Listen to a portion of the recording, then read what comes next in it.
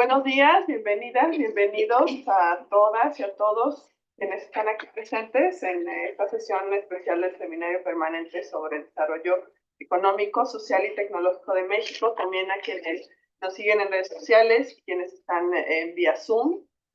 Hoy tenemos una sesión especial, una conferencia magistral impartida por la profesora Ipek.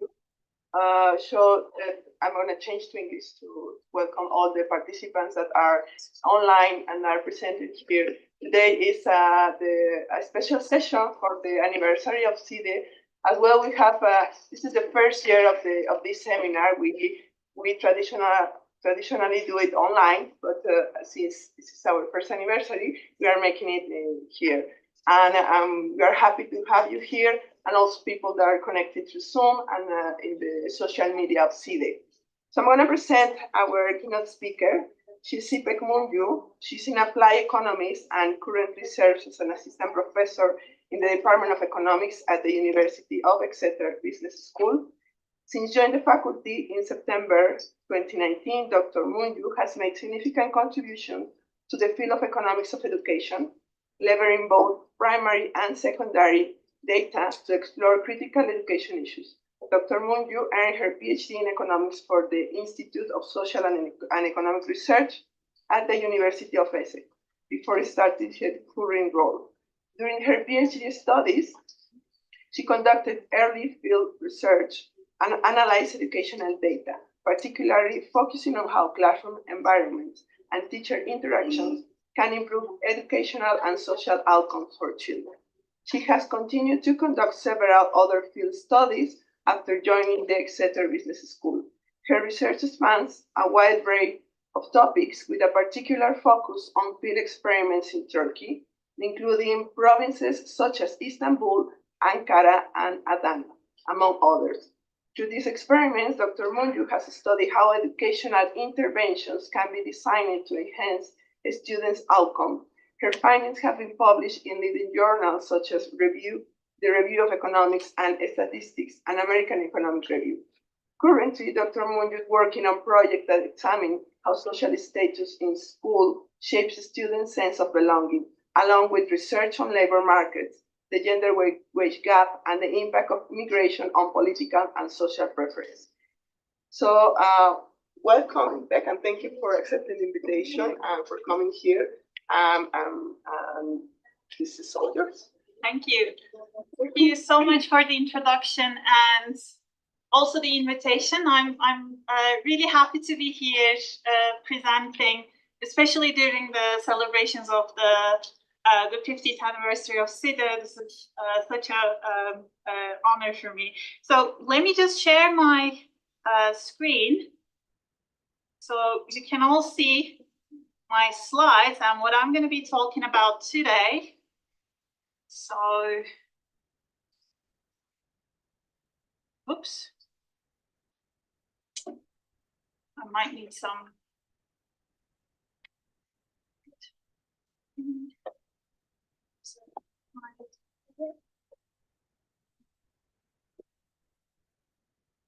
All right. So today my talk is actually a combination of the research that I have been doing for the last 6 years. And it's going to be sort of about, in general, about education. So when we think about education, the first thing that comes to mind is usually, inputs in education, such as curricula, textbooks, and test scores, right? But if we were to think about these formal structures, beyond these formal structures, what kind of relationships and functions do we actually observe? So today I'm going to talk about how teachers actually shape the social outcomes, also academic outcomes of children, and why there's such an important sort of inputs in the educational production function. So just to sort of motivate my my talk today and to sort of combine why we should be paying attention to all these different 3 projects that I'm gonna talk about, I want to give you a brief sort of introduction to understanding why we study education. So it's very important for researchers as well as educators and students to understand what drives academic achievement. Okay?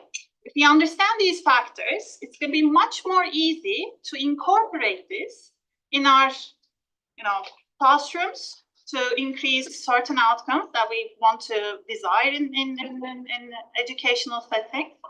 And it's going to make us better educators. We're going to obtain better outcomes and so on. It's also very important because we live in a time where more children than ever enroll in primary and post-primary school education.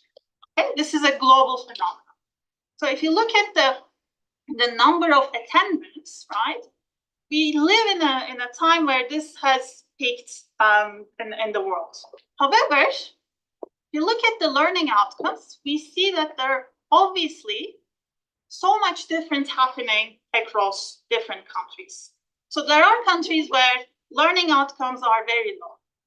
Okay, just to give you an example and to motivate the talk, half of the 14, 18-year-old students in India cannot divide 3 digits by 1. Okay, so we do also experience a learning crisis in a way. Okay, so as researchers, as social scientists and economists, we try to understand how we can actually improve these kind of outcomes. And if you look at the educational research, you see that most of the research focuses on inputs, student inputs, such as, there's a big literature that looks how class size affects educational outcomes, right? And changing the class size, whether it improves the educational attainment, whether it improves test scores or not. On the other hand, you have a strand of literature that looks how we design certain educational interventions, such as, for example, remedial education that targets low achieving students to sort of, lift them up and mitigate the gap between low achieving and high achieving students, okay? Or they're more concerned about the inputs such as textbooks or the curriculars and so on to see whether these kind of research improves the educational attainment. And then there's another kind of research that looks how non-cognitive skills that are not directly sort of targeted by educational settings, right? How do they affect student outcomes, right? This is also an established literature that actually looks the relation between non-cognitive skills and the student outcomes. But today, I want to sort of move your attention to teachers. How can we actually include teachers to be able to obtain these improved outcomes that we want, okay? So teachers are crucial for student development, especially for academic achievement, but as well as other sort of academic skills that are beyond test performances. Why are they so important? Because they become an important adult in student lives when students start formal school, okay? So think about children who are between age 1 to 5. Family is a very important environment for any type of learning, any type of human capital formation.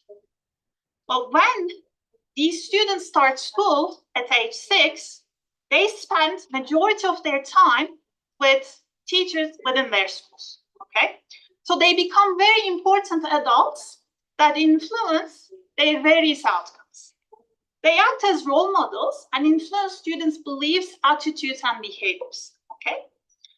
They also shape classroom dynamics and the social environment that these students actually learn. So they become really important. And we also have evidence that the quality of teacher is directly linked with the student outcomes. Not only in school, but their future outcomes as well, like in labor markets and their well-being, okay? So then, teachers are very important part of these educational production processes. So we need to understand what kind of characteristics, what kind of practices that teachers include within their sort of teaching environment, right, affect the student outcomes. So what I'm going to talk about is that I'm going to specifically talk about 3 papers that I have published so far with my co-authors. The first 2 papers are actually natural experiments. Okay, we don't set up the design, but we use the educational system that is set in Turkey to be able to understand the causal relationship between the questions that we pose in those papers. Okay, so I should probably tell you that all these 3 papers use data from Turkey, but this does not necessarily mean that they are questions specific to Turkey. I think you're going to find a lot of overlaps, a lot of these concepts very similar to Mexico as well. So the first 2 papers are natural experiments where we collect data and exploit the Turkish education system to be able to understand the causal relationship between teacher gender beliefs and student outcomes. Okay. The third paper is an intervention that we designed, went to schools, implemented it, and then measured the effects of these interventions. So this is more like an experiment that we run in schools. Okay. So I want to start with the first paper. So this paper is together with my co-authors from Şule Alan, who's currently at Cornell University, Seda Ertaç, who is in Turkey, and myself. It's published in 2018. And we try to understand whether having, teachers with certain gender stereotype beliefs affects the outcomes of students. Okay. So what are gender stereotypes? Okay, what are gender stereotype beliefs? So these beliefs are rigid characterization of gender roles and expectations based on the societal norms. Okay, there's a social norm within the community that these people are living, any culture, any community we are talking about, and how rigid these characterizations are. Okay, these could be women's roles, for example, or men's roles, or expectations about what women should be doing, what men should be doing, or what they are capable or not capable of. Okay. So interestingly, we know that these gender roles exist in almost in every kind of, or this gender stereotyping beliefs exist in almost every sort of community, but at different intensity. Okay, so there are countries where the stereotype beliefs are less prone, or they're weaker compared to some other countries where these are very rigid, very heavy, very intense sort of beliefs. Okay, and we realize that these gender roles or these beliefs start to be formed very early on in children's lives. Okay, it starts with socialization right away. Like you might hear, certain parents sort of expressing how their girls should behave. Right? Girls, for example, in certain socialization environments are expected to behave very conforming, very warm, right? Whereas boys are sort of expected to, or if they behave wildly, they are sort of, accepted in their own, boyish way. So we're trying to understand, not looking at early childhood, but we're looking at primary school students. Okay. So what we're trying to understand is how having teachers with gender stereotyping beliefs affect students. Okay. What we're doing is that we are actually looking at test scores, actual outcomes. So do we see any differences in, for example, math and verbal scores if a student has a more traditional teacher? Okay. We also try to understand what the mechanisms are, right? If we're seeing a differential outcomes in these test scores, what actually drives these outcomes? Okay, we're trying to also answer the mechanisms. We also try to look at whether we see differential outcomes between boys and girls if they're taught by more traditional teachers. Okay, so do boys and girls are affected at the same way or do we see any differences in patterns that we observe in these test scores? And then the last thing that we can answer because of our setting is how these effects differ if the exposure is longer. Okay, so if you're taught by a teacher that is very traditional for a long period of time, what happens to you? Okay. So just to give you an idea, visually, this is exactly our setting. This is a real photo that I came across while reading a newspaper one day while writing this paper, working on this project. And this is an actual teacher who's not in our data set, hopefully. Like, I'm very grateful that he's not, but this is exactly the question that we're trying to pose. So this teacher was actually was going through a investigation because of professional misconduct, and this was national news. And while reading this sort of article, I came across this photo. And he wasn't going through an investigation because of this photo, but this was exactly what I was trying to understand. So he's a primary school teacher who took only the boys on a camping trip. And his classroom obviously includes female students as well, girls as well. Okay? He did not only take them on a camping trip, only the boys, he also, I'm not sure whether you can see it, he also drew fake mustaches on them. Okay? And you can perhaps see it in some of these students, their posture. Okay? It's a very macho, very traditional way of posing. So this this teacher clearly encourages their students to behave, conforming in this societal gender norms. Okay. So the question is, what happens if you have a teacher like him? Right? What happens to your students? So there are some potential problems if we want to answer this question. Okay. As economists, we're kind of obsessed with understanding causal relationships. And in this paper, we're claiming that our setting allows us to build these, or understand these causal relationships. Okay? But if we didn't have this setting, we would obviously be sort of, be mistaken with the findings that we had simply because it could be just correlation. Let me explain. So we have two potential problems. Having either of them or both will jeopardize our setting. The first one is that non-random student-teacher match. Let's say a family has a strong taste for for a particular teacher.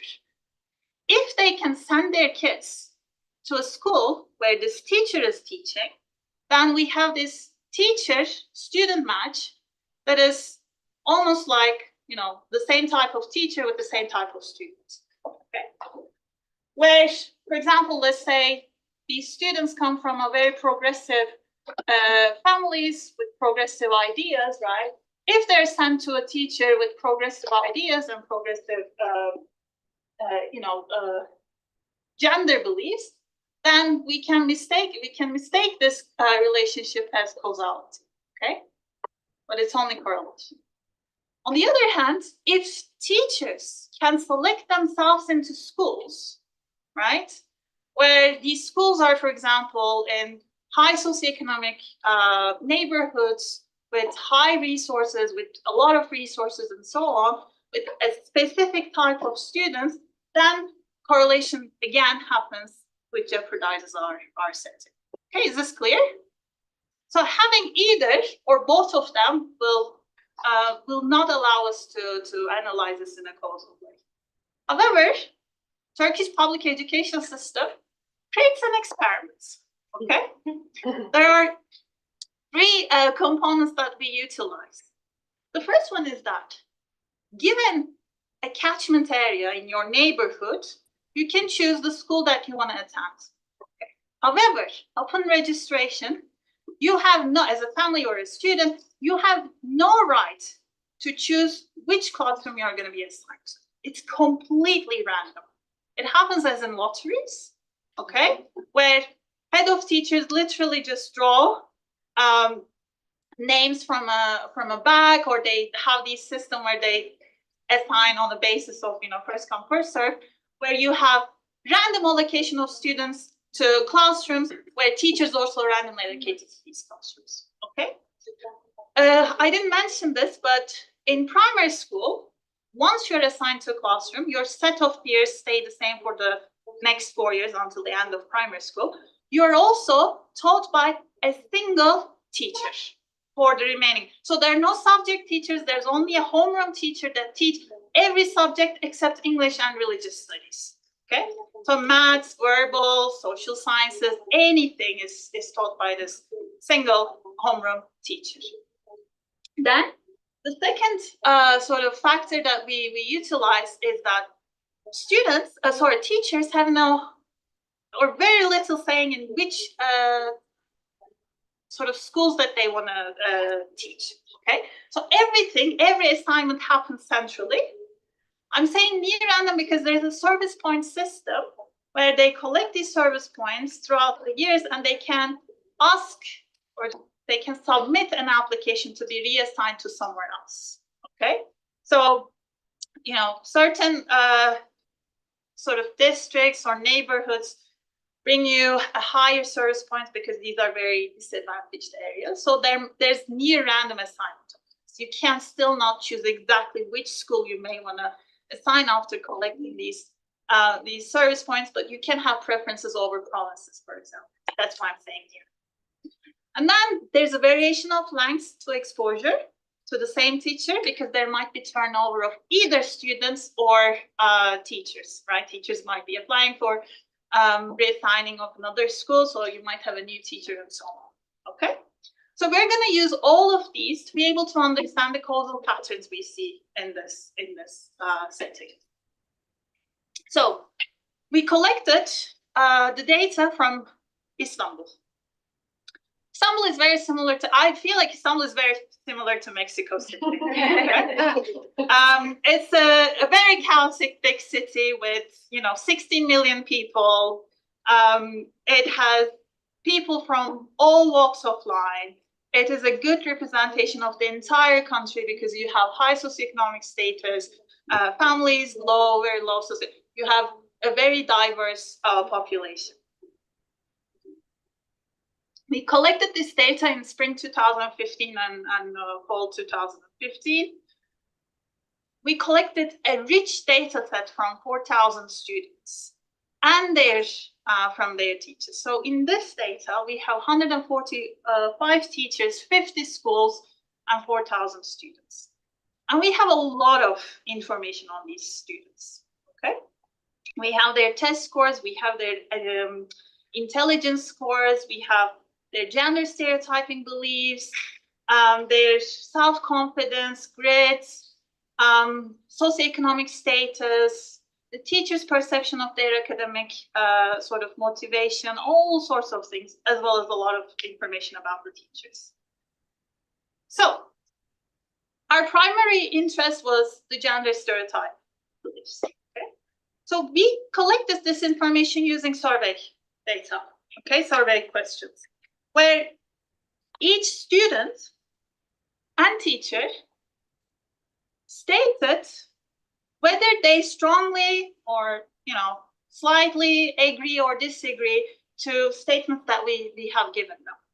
Okay, and these statements include examples such as this. Men have better judgment compared to women, hence they're better leaders. Men cannot see well, even if they do try to learn it. Women cannot play football, etc. Right? Very sort of rigid, strong statements. And then we use their responses to construct the standardized scores. Okay? So just to give you an idea of how the distribution of our teachers and students are on the specific measure, on the left, we have the teacher's gender scores, okay, gender stereotyping scores. The x-axis means that the higher the score is, they're more traditional, okay? So they strongly agree with this kind of statements. The the red line is the female teachers, and the male line is the blue line is the male teachers, okay? What I want you to be able to understand is that on average, because the male distribution is shifted to the right, it means that on average, males are more traditional compared to women, okay? This graph literally just shows you the distribution and the difference between female and male teachers. Are there female teachers on the screen? Yes, so the female teachers are the red lines. Yeah. We do the same thing for students, and we see that male students are more traditional compared to females. This is not surprising, by the way. This is not surprising. Then, using this, we run a bunch of analysis, and the first results that I want to show you is how these teacher gender stereotyping belief is associated with, not only associated because these are causal, explains the academic performances of students, okay? So I have 4 graphs here. Let me try to explain how I'm gonna describe this, okay? So the first row is the math scores, okay? These are linear predictions, don't worry about it.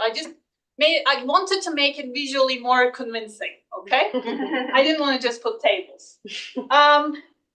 Forget about the 2 lines, okay? I'm going to explain this later on, but just pay attention to the red lines or the pink lines, okay? This first column is for the test scores for girls, okay? And the second column is for boys. So what we see is that I'm going to be talking about the first graph. As the teachers become more traditional, more gender stereotyping, we see that girls are performing much worse in maths, okay? So if you're a girl and have a traditional teacher, you're likely to perform worse compared to another girl who has a progressive teacher, okay? So teachers with traditional views decreases your performance, your math performance. It also does the same for verbal, okay? We also see similar results in Turkish, in verbal test scores. What is interesting is that we see absolutely no effect on boys. So boys are not affected by having a teacher who is progressive or traditional, okay? The gender stereotyping beliefs only affects female students. This is very striking in a way, okay? This also in the paper, we also go and explain that if gender stereotyping beliefs somehow proxied whether these teachers were good or bad, we would also see a similar effects in boys. So it's not about teacher quality, something else is happening, okay? So now I want to explain what's the difference between the blue and the pink line, okay? The pink line is for students who are exposed to the same teacher for 4 years, whereas the blue line is for students who are exposed to this teacher for 2 or 3 years, okay? So this is medium exposure and red is long exposure. And you can see that the longer the exposure, the decline is steeper, okay? So if you're exposed for a long period of time, you seem to be internalizing something which affects your scores in a much worse way, okay? So possible explanations that we have is that, first of all, teachers with traditional views might have a different kind of teaching practices, okay?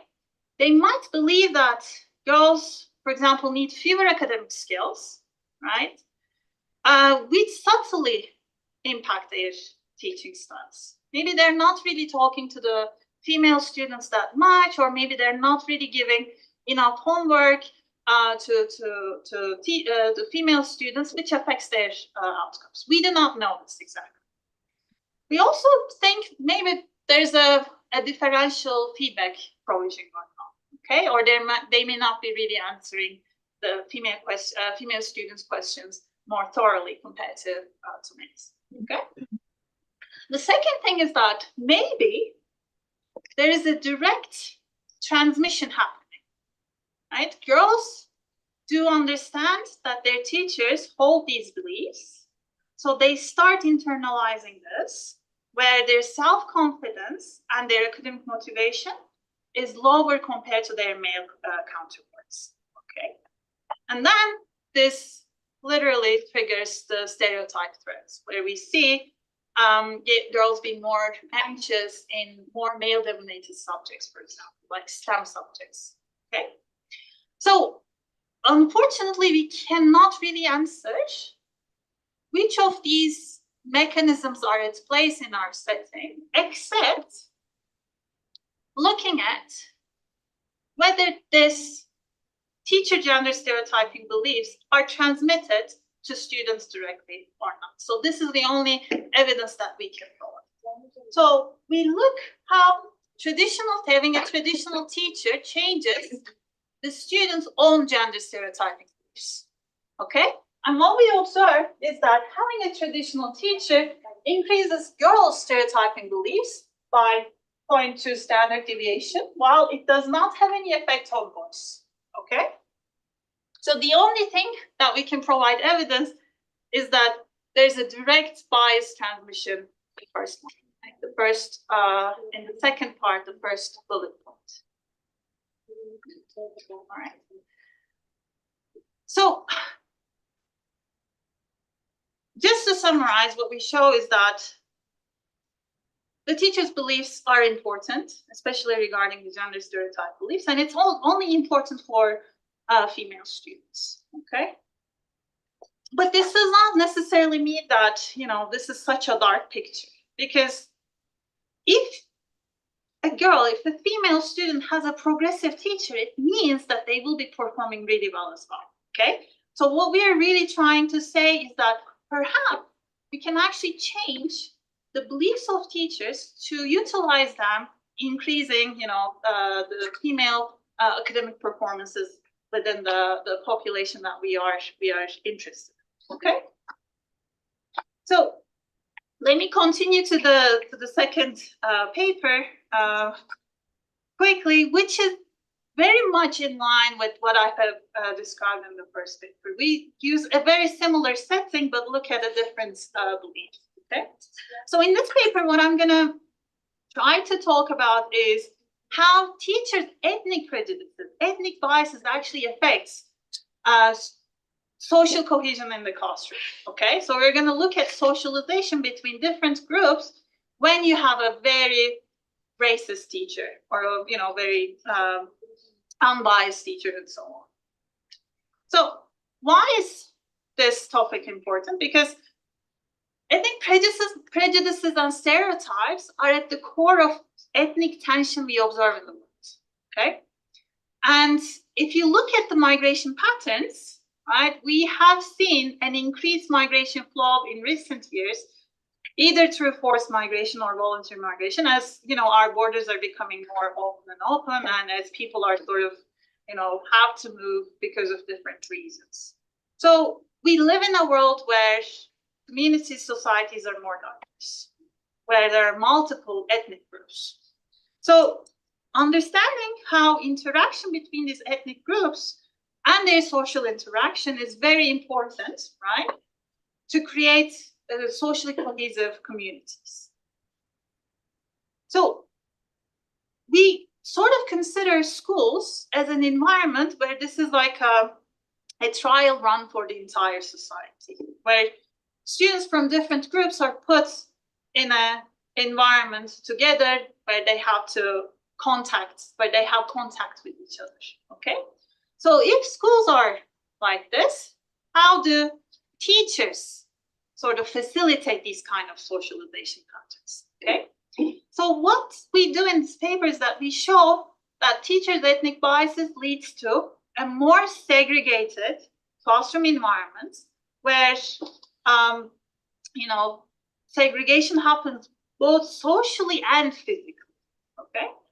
We also look at how these students from different ethnic groups form social ties, and we see that it's more likely, they're more likely to have social ties within their groups, as opposed to, having a more diverse social ties when the teachers are more ethnically prejudiced, okay?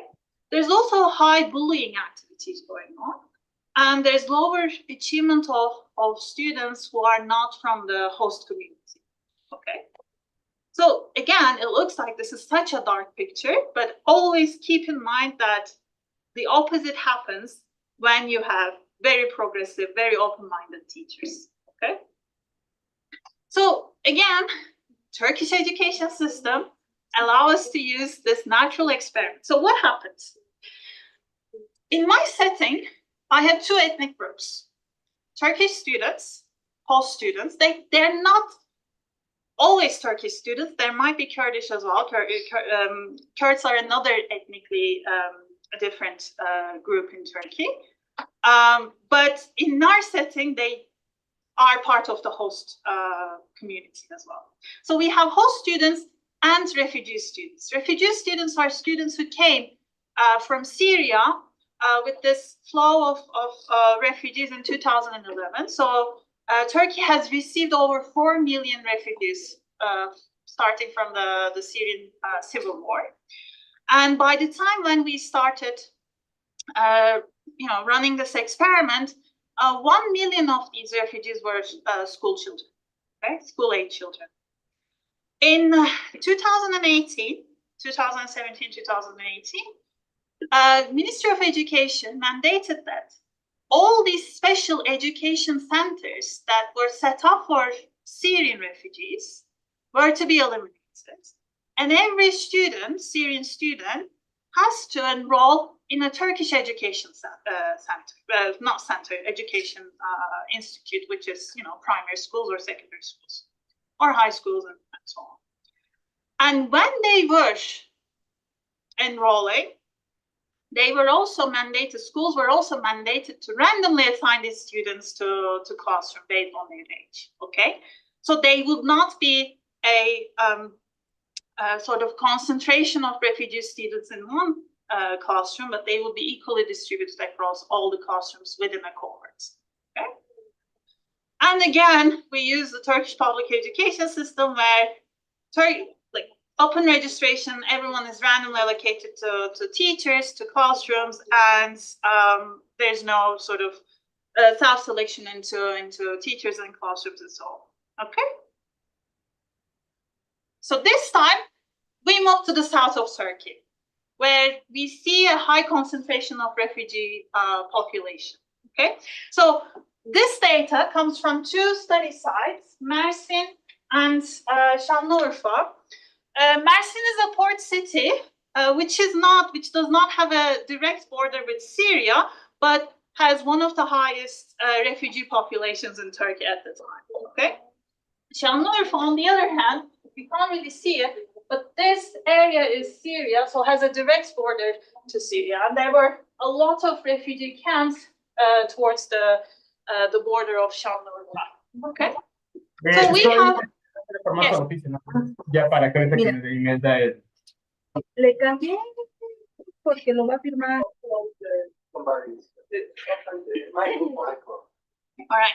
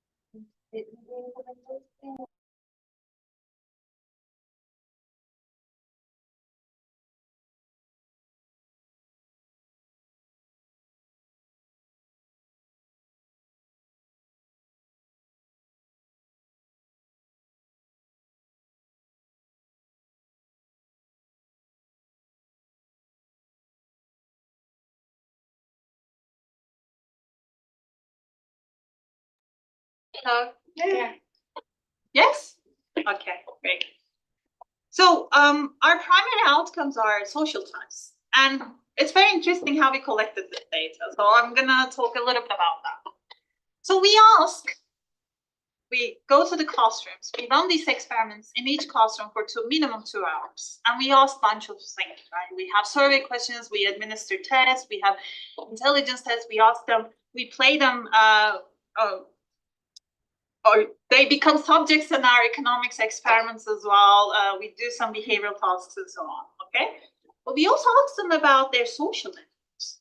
So in each classroom, every student who participates in the data collection efforts nominates their 3 best friends within their classroom, 3 people that they provide academic support and they receive academic support from. And we also ask the same questions for emotional support. I'm going to primarily be talking about friendship, but we also have in the paper, we have results for academic support received and provided, and emotional support received and provided. Okay? So using these nominations, we construct several social network measures. Okay? So how many times that they were nominated, for example? This is in degree centrality, where it's a measure, it's an indicator of popularity in the classroom. Okay? We can also identify whether these nominations, these social ties, happen between host and host, or refugees to refugees, or host to refugees to host. Okay, so we can actually include a second dimension in understanding these socialization patterns. We also use these nominations to construct classroom level measures. Okay. We use homophily index. What is homophily? Let me quickly explain what homophily is. Homophily is inbreeding measure, meaning how much social ties are happening prevalent within a group, right? If the social ties are happening from a person that has the same character as you, okay? So consider this. You have girls and boys, and if you look at the social ties, the girls become friends with girls more than they become friends with boys. We're trying to understand whether in-group ties are more prevalent within these communities or not, okay? So, 2 examples. Left one is it's a classroom network that comes from our data, okay? This has low homophily, meaning the orange dots are the refugee children, the green dots are the host children, and we clearly see that refugees are having ties, social ties, with the host students, okay? So there is a cross-group socialization that is happening. So there is a low inbreeding kind of socialization patterns occurring. On the other hand, you have a classroom, and this is again an example from our data, where you have refugee students primarily building social ties with themselves, where hosts literally just hang out with themselves, okay? So with this, we're also trying to understand how teacher ethnic biases sort of explains this kind of socialization. Can we really see, for example, whether teachers encouraging these kind of socialization patterns or not, okay?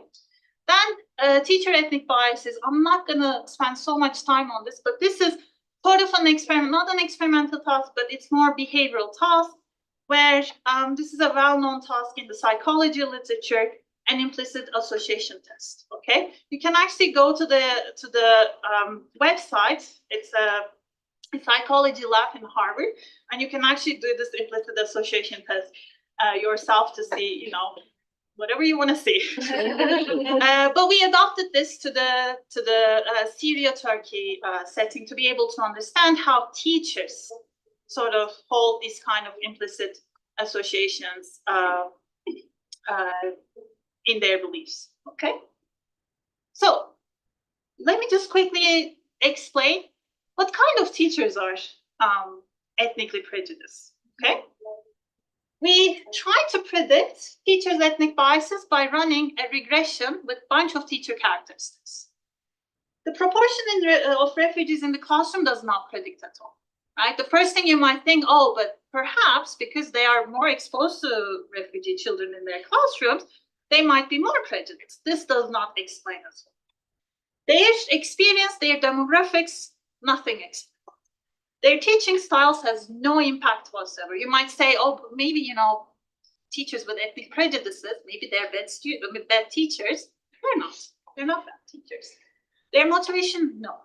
The only thing that explains, which is we always take this with a pinch of salt, is that their IQ, okay?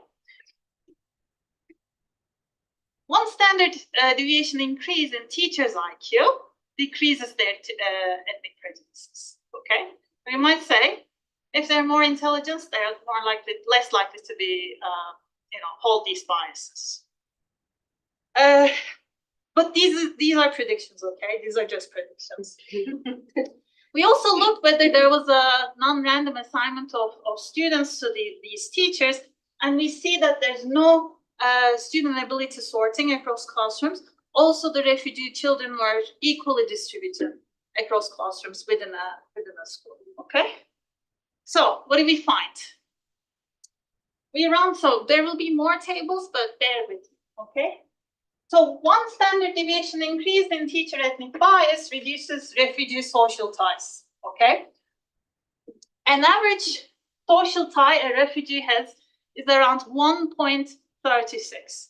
So around 1, they have one friend in their social network in the classroom, okay? So if they have a teacher that is ethnically prejudiced, that means 18% decline on this average tie, okay? This is a considerable effect, actually. Then we also look what kind of ties are happening. When you have a teacher that is ethnically prejudiced, right? Hosts are less likely to have ties with refugees. Hosts are more likely to form ties with hosts, okay? So this is already an indication that homophily will probably increase, which is in our next slide, okay? But funny enough, even though with the friendship ties, we don't see it significantly, we see it in other type of, emotional support and academic ties, is that with ethnically biased teachers, refugees are trying to be friends with the hosts, okay? So this is almost like, okay, I want to be in the cool kids club. Okay, they understand that hosts are somehow the ones that they want to, be aspired to, or they want to have friends with. Okay. So, bias and bullying. Actually, the homophily is right there. Sorry, I forgot that it was in the table. We also had a figure. So, host homophily increases. Okay. So, hosts are more likely to sort of build friendship ties within themselves. What about bullying? If you have a teacher that is ethnically prejudiced, you're more likely to be bullied as a refugee student. There's no effect on hosts whatsoever, but the probability increases with the refugee students. And then the number of bullies increases as well. So not only you're bullied, but you're bullied by more people, okay? What about achievement? Interestingly, you perform worse as a refugee student if you have a teacher that is ethnically prejudiced. And this is much prominent with verbal scores, right? Math, because you don't need language to understand math, even though there is a decline, it's not significant. But with verbal scores, this is much worse. What does this tell us? If you really want these students to be integrated in the community, you need verbal communication, right? And if these students are assigned to teachers with ethnically prejudiced beliefs, they're not going to be able to obtain this level of verbal skills, which is like a vicious circle, basically. So what are the potential mechanisms? The first thing that we try to understand is how this direct transmission of beliefs occur, okay? We don't see any effects on hosts. Hosts are not affected by having teachers that are ethnically prejudiced. But refugees become more ethnically biased. And this bias is basically out of group bias, okay? So they do not like people who come outside of Turkey. This includes refugees as well, okay?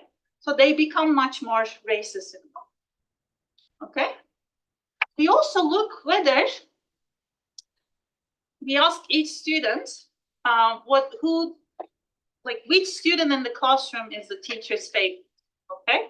By the way, we ask these questions, but we never share these answers with anybody, and the students are told the same, right? Because they're always concerned whether these responses are gonna be shared with the family, with the teachers, with their friends, and so on. So we make sure that we never share them, and they know about this.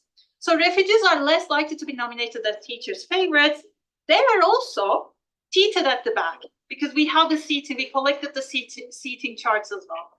If teachers are more likely to be prejudiced, ethnically prejudiced, they locate the refugee students at the very back of the classroom. So there is also spatial segregation.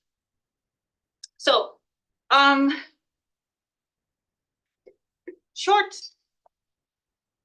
in very brief description, having teachers that are ethnically biased, right, significantly hinders refugee children's educational experience.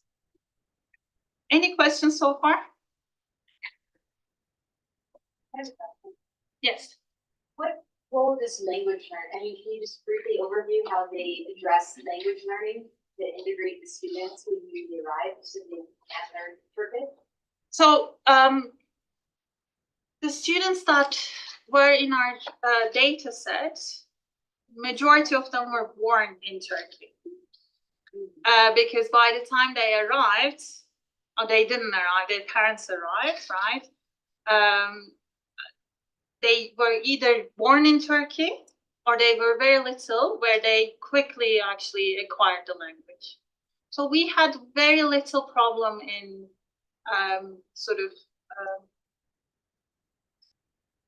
the refugee students that we observed had very little problem with the Turkish language. But obviously the verbal education, the Turkish education, not Turkish education, but the verbal skill education is different. And they were still struggling. And we're specifically showing whether this is worse when you have a teacher that is ethnically prejudiced or not. Right? So this is a comparison between refugees, where some of them has these kind of teachers, whereas more progressive teachers.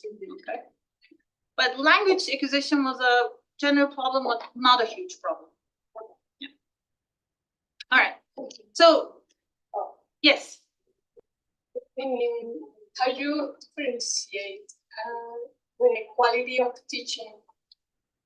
Because it would be an important part of this study. And the second one is if you review the Pygmalion effect of psychology that is putting expectation of teaching. So Pygmalion effect is like priming effect?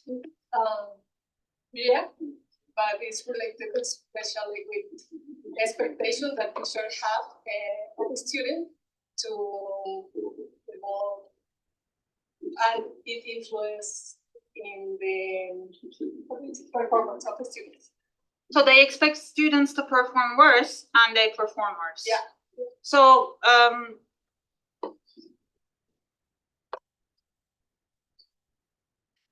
okay.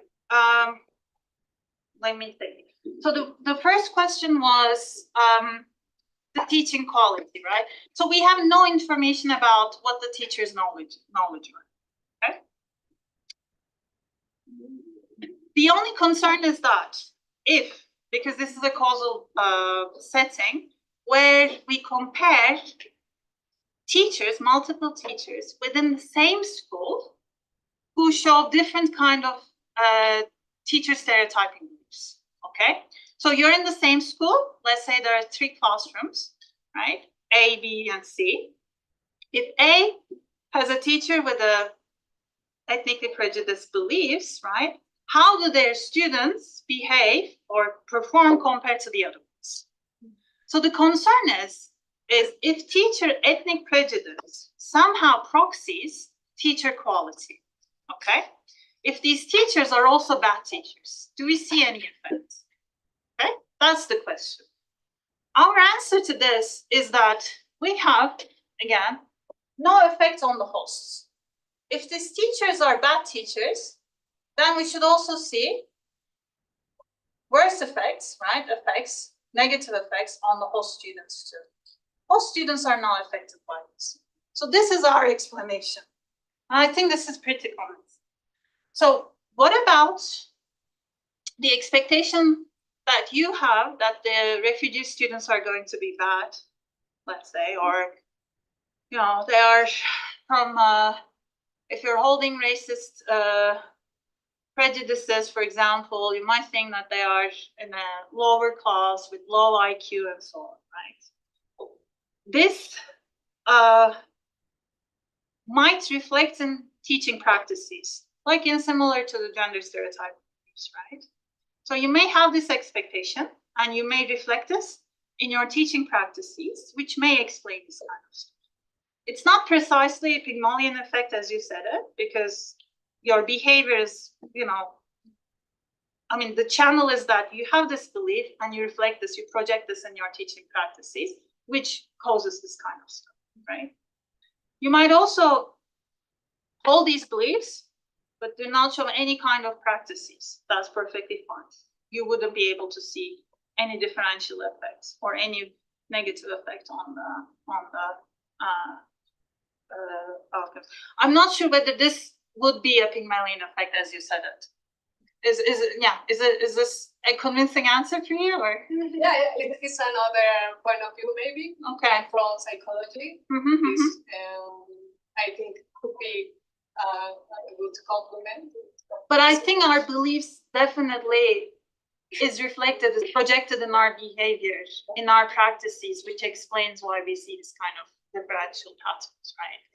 So one way to sort of, I don't want to say correct this, but one way to sort of maybe change this is to try to understand how beliefs actually play a role in classroom practices. Right? Yes. So here they have a question regarding if we have bad teachers and if teachers are biased and that affects how students behave and perform, then the problem is only the teachers, or how can we solve it? Like, do you talk to schools, they have some program, they have to go through some change of ideas, like what happened? To talk with teachers, if there's any solution to this? So as I explained, so when we're running these regressions, we control for every teacher characteristics that we have. Okay, so on top of having, you know, modern or teachers sort of employing modern teaching styles, their experience and so on, we look at how the changes in teacher prejudices explains these outcome variations. So in a way, we think this is a robust way to sort of explain how beliefs change outcomes, okay? It's not necessarily, you know, bad teachers are ethnically prejudiced and they're, you know, that this results in worse performance. However, I think this is a very good question in the sense that what's the policy relevance, right? Now that you obtain these results, what kind of policies you can recommend? So it's very difficult to include this in an educational, you know, sphere, and you tell them, teachers, look, it seems like you have an implicit bias towards ethnicities, right? However, it's not completely impossible because we realize if you look at the general practices in workspaces, especially with managers, there are diversity inclusivity trainings to correct discrimination that is happening in recruitment. Okay, so our way of understanding or our way of sort of suggesting a policy is that maybe subtly we need to make sure teachers understand this in a way, right? That gender stereotype beliefs have a clear indication, clear evidence that results in lower performance in certain groups.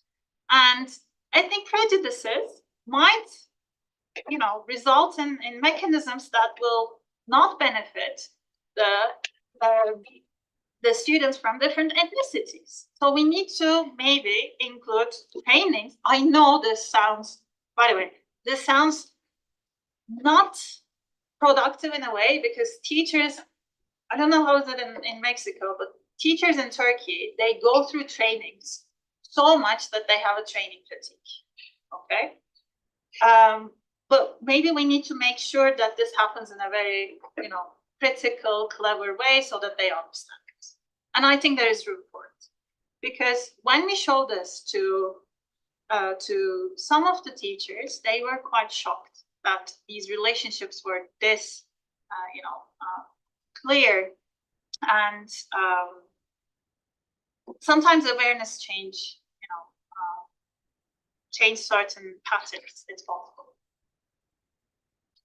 I have another question related. When you run the tests in the classroom, the professor were there? No. Okay. No, teachers were absent, completely absent. It was only students and us. So in each data collection, there would be an academic instructor like myself. So I was on the field for all of these projects. And I had 2 or more assistants that would facilitate the data collection processes.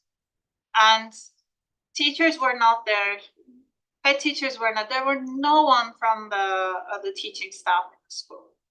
Okay? Yeah. Okay. Yes. It was interesting that you didn't include Kurdish category within the study. Do you think that could have changed a little bit the results that you got in the end? I don't think so. Simply because the provinces that we were in, the Kurdish identity was not a very different identity. So Şanlıurfa in certain places have, completely Kurdish students, and they do not feel like they are from another ethnic group. That's another interesting thing. So there are a couple of things. So first of all, we don't know what people's ethnicities are unless they're Syrian refugees, right? Because Syrian refugees are recorded as refugees.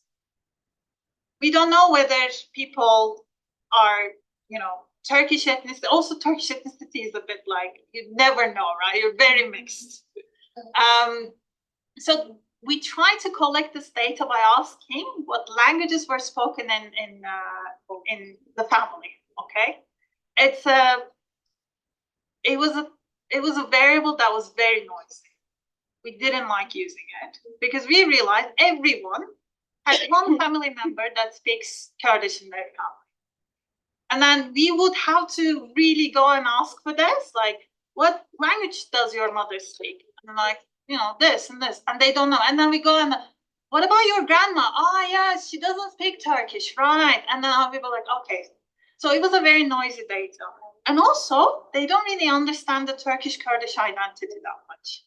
For them, there's a person who speaks in a foreign language that is, a language that they do not know, so that they can actually sort of pin down that this person is out of group, right? So in that sense, yeah.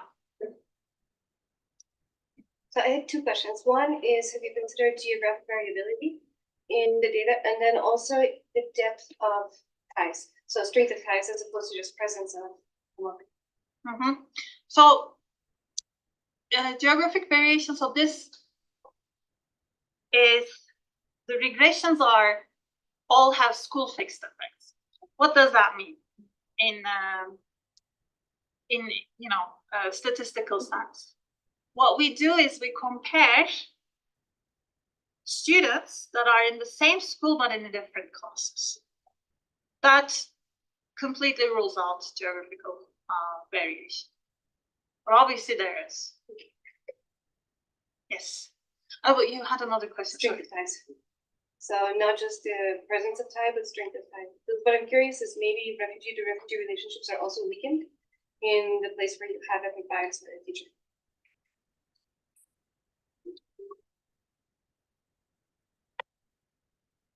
Yeah, no, we didn't. So we only looked for number of ties, right? We didn't look the intensity of these ties. Yes. First off, thank you for the presentation, very interesting, and I think this data is quite important. I have a couple questions here. The first is, correct me if I'm wrong, I believe your data come from public schools in Turkey. Yes. So my thought here is that would this be generalizable to private schools? And the reason I say that is I imagine students in public schools, correct me if I'm wrong, are of lower socioeconomic status. And so these are students who perhaps have parents who are not as present if they're working. Students with lower socioeconomic status can have larger families, and so parents' attention is divided between a number of kids. And so they really might latch onto a teacher as a role model. And so a student of higher standing, socioeconomic status, might more look at their parents or someone else, and so the teacher might not have those impact on them. That's one thought. Another question I had was the questions you use to measure gender bias, for instance, include things like men had better judgment, women better at sewing, so on and so forth. Did you ask any sort of direct questions? What I mean by that is, do you think men are just better at math? Do you think women should be spending less time in school, more time learning home activities, like that? It seems to me that would be a more direct way of getting at teacher bias and so forth. And the last question I had was, Turkey, I think, correct me if I'm wrong, is more of a patriarchal society. So it actually doesn't surprise me that having a, lack of a better word, patriarchal teacher has no impact on boys. They expect this. They're living in society, and so, okay, this is what I expect. Would these results hold in, I don't think there is a matriarchal society, but in an egalitarian society? We did this experiment in Sweden, for instance. Would we see the same results? Right? Because it's generalizable to other contexts. Right now, I'll leave it there. Right. So the first one is, you're absolutely right. When we talk about generalizability to the population, I think external validity-wise, this study would not hold. But is this a big issue? I'm not sure.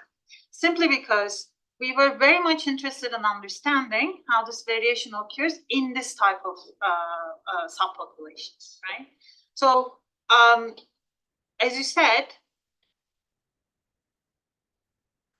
I don't have evidence for this, but students who are in private education institutes have sort of family inputs that would almost substitute the teachers, okay? So the teacher does not have such important role in shaping students' beliefs and so on. So in that sense, is this a question that we're interested? Probably not. But in our setting in public, and you're absolutely right, by the way, public education system is primarily for low SES population, subpopulation in Turkey. So if you have even a bit of money, you send your kid to private education institutes, okay? And it's under-resourced. It has a lot of problems, and we clearly see family preference for private education over public. So in a way, our setting is where students where families are pretty much absent, and teacher becomes the main sort of, educator in their life, the main input. So they become very important. Hence, I think the contribution of the paper is that if we have someone who's like this, what kind of observations we have. And you can actually adopt this to Fair House family, right? maybe a similar pattern happens when families are really present. You might see these kind of similar outcomes happening if another adult was, very gender stereotyped and very present in the student lives. The second question is that it was the gender stereotype direct questions, right? We actually have these questions for teachers. We ask teachers whether they think the girls are better at maths than boys, whether they're equally good, or whether boys are better. And surprisingly, 95% of them say they're equally good at maths. Okay? There are very few who says either of the gender is better. Okay? Survey bias. Maybe. So we actually control for that and run the same robustness check, or do a robustness check whether we see whether, try to see whether we have similar results, and the results hold. We also do, interestingly, we also run a similar regression for grades, the reported grades. And we see no pattern whatsoever, okay? So somehow, so so teachers' gender stereotypes does not explain the grades that the students receive. Both girls and boys receive pretty much the same grade, okay? So it's the academic performance is different. Okay? You might also say there's grading bias, maybe that's true, right? So the last question, sorry, can you? I forgot it too.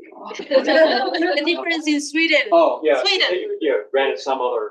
Okay, great. We actually have, I didn't put it here, but we have a non-parametric regression, okay? What do I mean by non-parametric regression?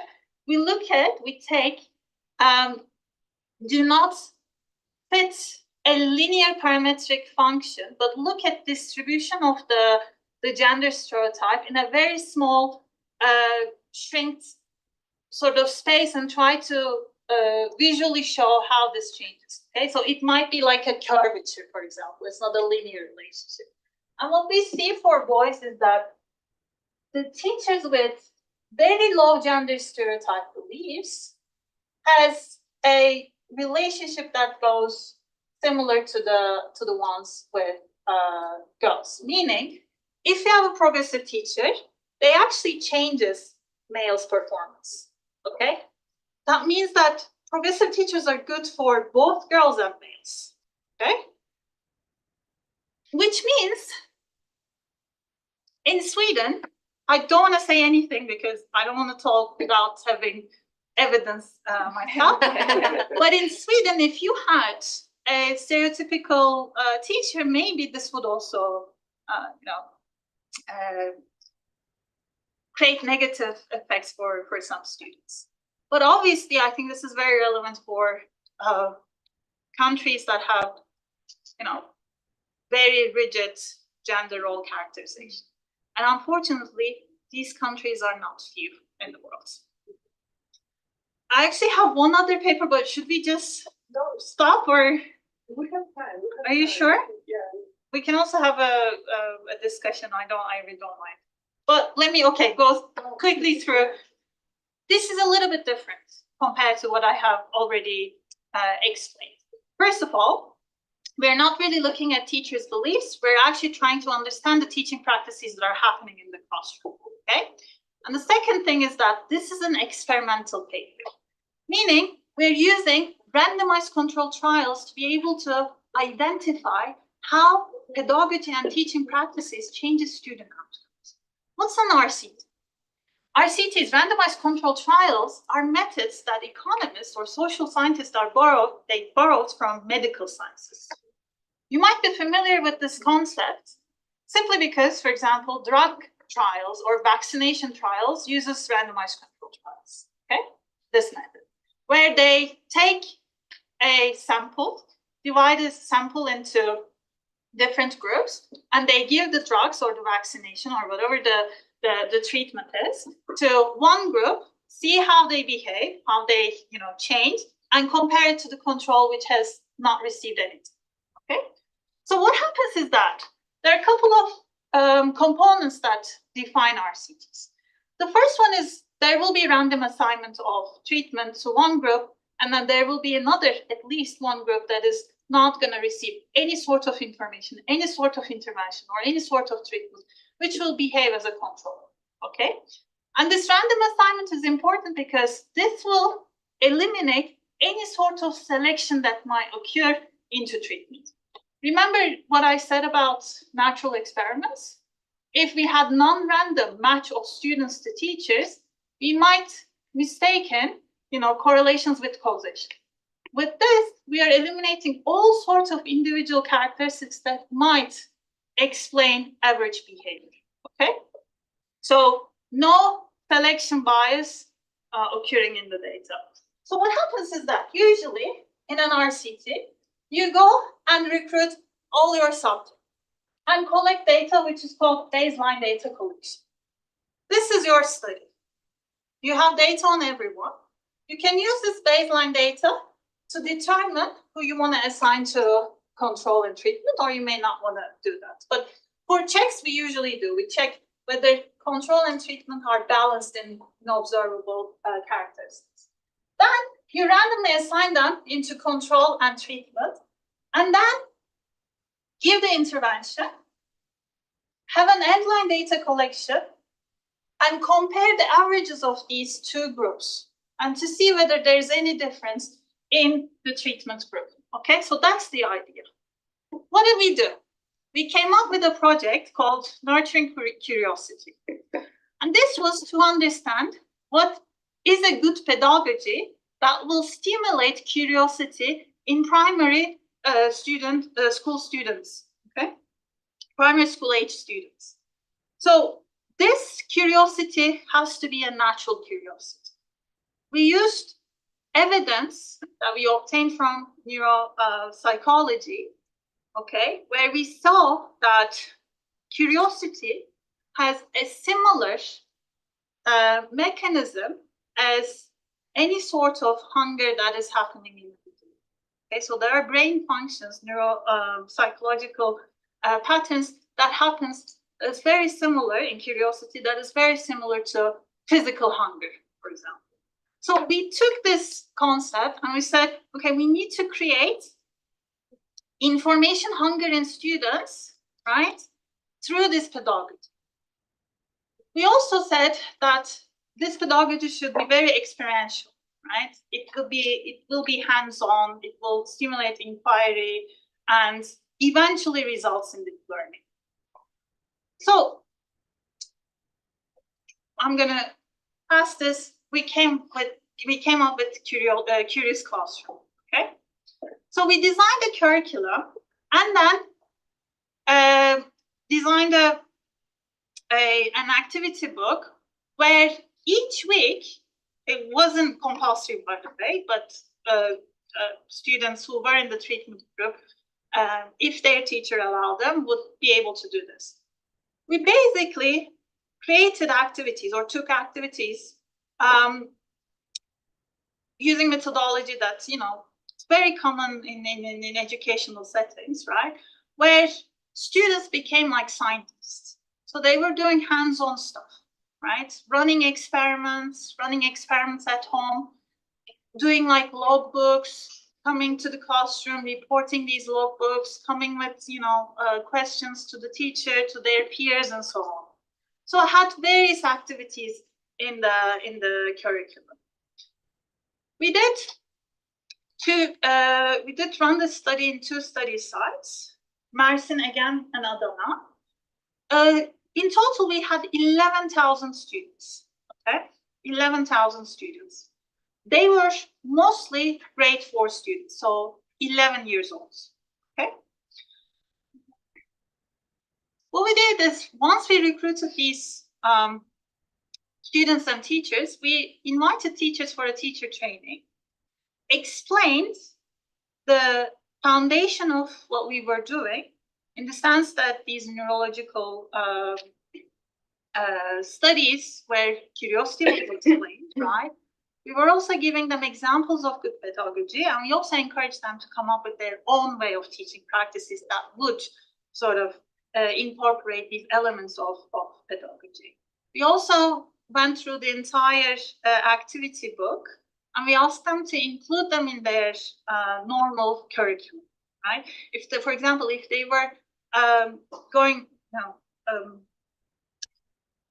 teaching a particular science topic, they could incorporate one of the activities in the book. Okay, but then they became very innovative themselves as well. So these are some of the practices that they show in the classroom. Okay, for example, some of our teachers came to a class one day with, you know, certain post-its were attached onto their sort of coats, right? This was one of the tricks that we told them, that if you can create a suspense about a obvious change, you can actually increase the curiosity in children. And once you give them the information, right, the answer that they were curious about, this information actually goes directly to the memory and stays there for a longer period of time. Okay, so this is a way to sort of open or improve the brain function. One of our teachers came with an umbrella with, you know, certain things like that, and these were the questions that were related to the that day's subject, right? So if they were talking about, for example, climate, there would be questions about climate in their umbrella. And then we also had, for example, curiosity box, right?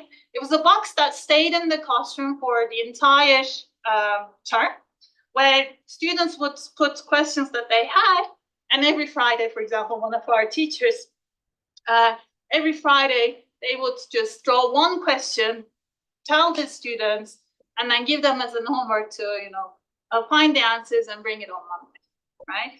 And then they could also, for example, assign these questions to their peers and ask their peers to sort of, can you please go and find the answer for me? I will also find an answer for your question, and then maybe we can exchange answers and so on. So there was a lot of these peer learning technology introduced in the classroom as well. Then we went to the classroom in May, each year May, even though we did it multiple times. And we tried to measure curiosity. And this is an experimental task, and I don't want to get so much in detail, but what we had was that multiple subject booklets, where each booklet had very interesting 10 questions. They didn't know what these questions were. They were only shown the cover of the booklets. So this is an experimental task, economics task, where each student were given a endowment. These were stationaries, and they stated which booklet they wanted to choose and how much stationery they were willing to give up in order to get this. Okay, so in economics we call this willingness to pay. Okay, so their willingness to pay was a measure of curiosity. If they were more willing to forego their stationery, it means that they were desperate to get this. Okay, which means they had higher curiosity. We also did a second visit related to this curiosity task. A week after we have distributed the booklets, we went back and did a test, including questions about all of those information in all of these booklets. Okay. This was a way to understand whether information was retained and not just the information that they received, right? The information that was available within the classroom. Okay, this is going to be important as well.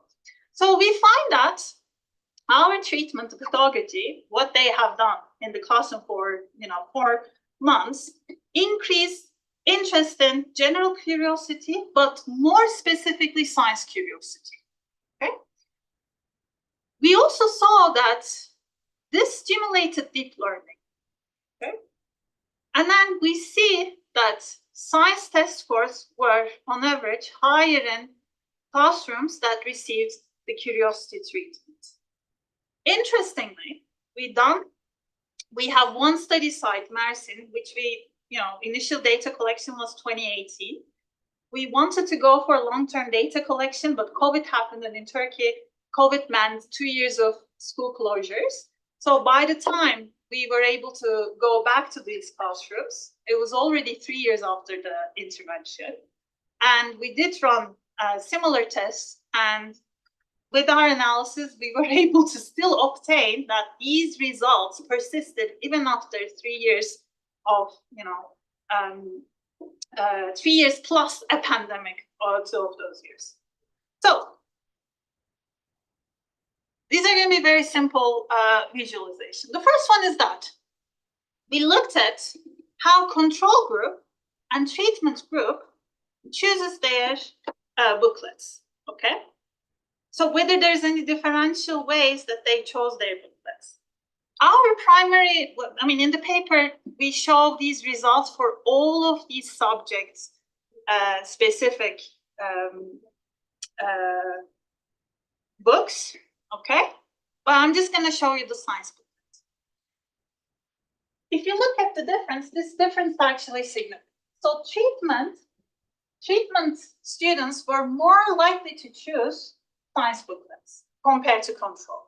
We already ignited their science curiosity by not pushing them, but by them making a choice for going for the science booklets. Okay. Then we look for willingness to pay. So in any booklet that they have chosen, treatment students were more willing to pay, or they were willing to pay more tokens stationary compared to control, okay? So they really wanted to get these booklets. But when we looked how much they were willing to pay for science booklets, it was also very similar, okay? They were also more willing to pay for science booklets, which is our measure of science curiosity. So using this, we looked how treatment affected their test scores that we did a week after on these booklets. So this test included 40 questions, and there were 5 questions in each of these booklets.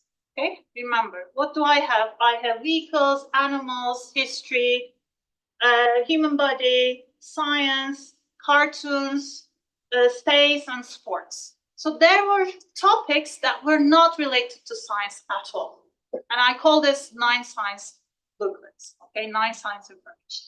What we see is that students who were in the treated classrooms performed much better answering those questions, any of those questions in total, okay? They were also better at answering the science-related questions and non-science-related questions. So overall, they really took out the booklets, read them, and a week later, they were able to remember the answers, okay? Interestingly, when we went back 3 years later, we saw that they still remembered the questions, the informations. And I remember this when I was administrating the test. I remember some of these students were going, oh, yeah, I remember this from the booklet. So they were able to remember it 3 years after they received the booklets, okay? What about test scores? So we only see improvements in science test scores, okay? Why do you think this might be? We also asked teachers, like, how did you implement this? And, what did you do? And so on. And they were saying this curriculum, the activity book, was great for science.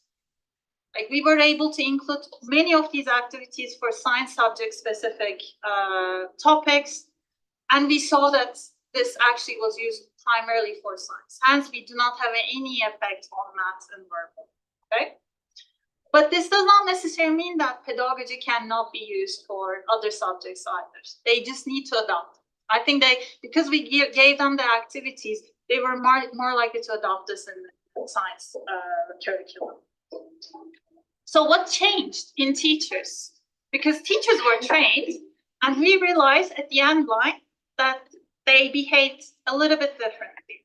It turns out we also made teachers more curious, okay? Yes, so we did run just only the survey, not the experimental task, and it turns out that they were more curious. They also showed more modern teaching practices where it's more constructive rather than traditional, okay? Their growth mindset changed as well. What is growth mindset? It's the belief that success is attributed to effort rather than, your innate ability.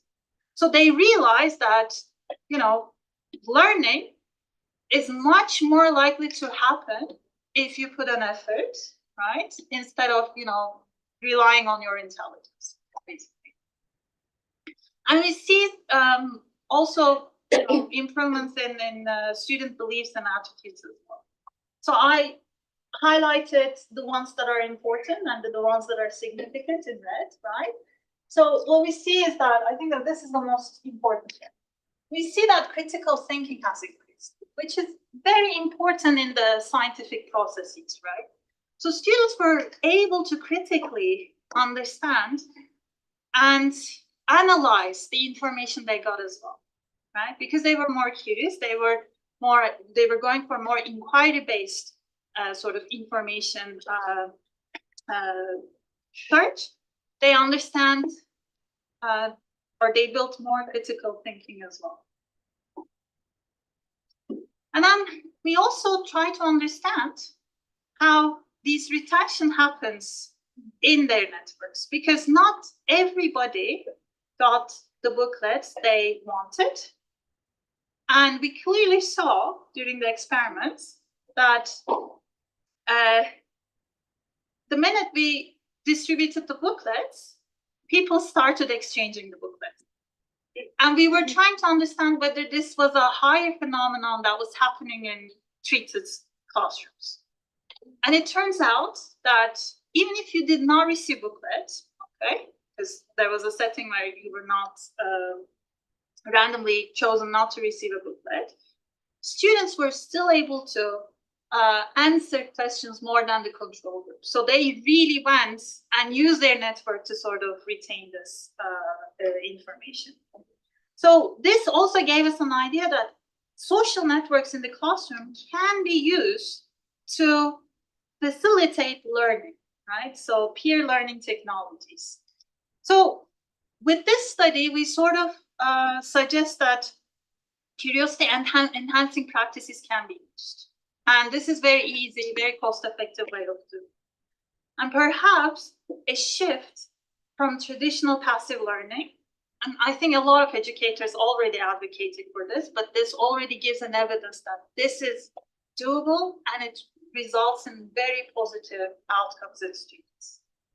So just to summarize all these three papers, teachers are really important, okay? Investing in teachers, understanding how their beliefs, how their practices affect student outcome, affect or shape their lives are very important. And as perhaps policymakers, we should really start focusing on using teachers, investing in teachers as a social policy. Thank you so much.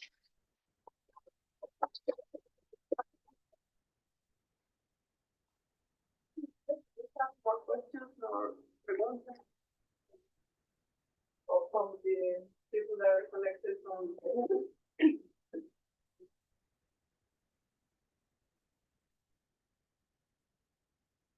Maybe on further, in your further investigations or your research agenda, what's next for you and your colleagues?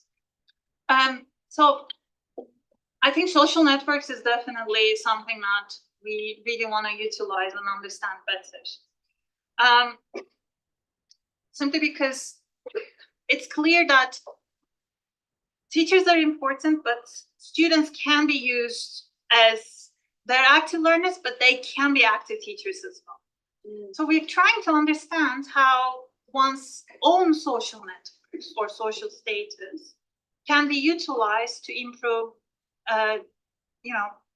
the educational experience that these students have.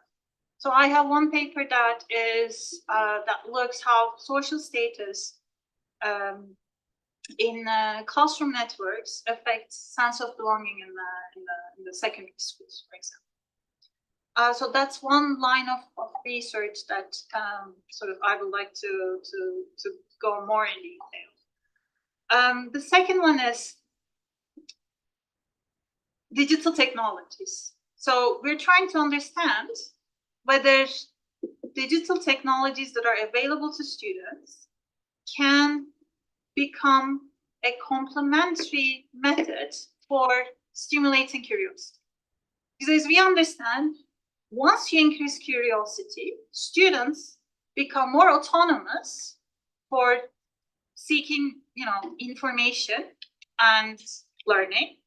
Hence, the available technologies can be actually used as an autonomous or for instigating the autonomous learning. So we have a but we have a project that is in the preliminary stages where we can actually use AI, generative AI technologies to be able to increase curiosity in classrooms as well. But obviously, I think this is going to be incredibly useful because if you have used any sort of AI so far, you understand that not all the information that AI gives is correct, right?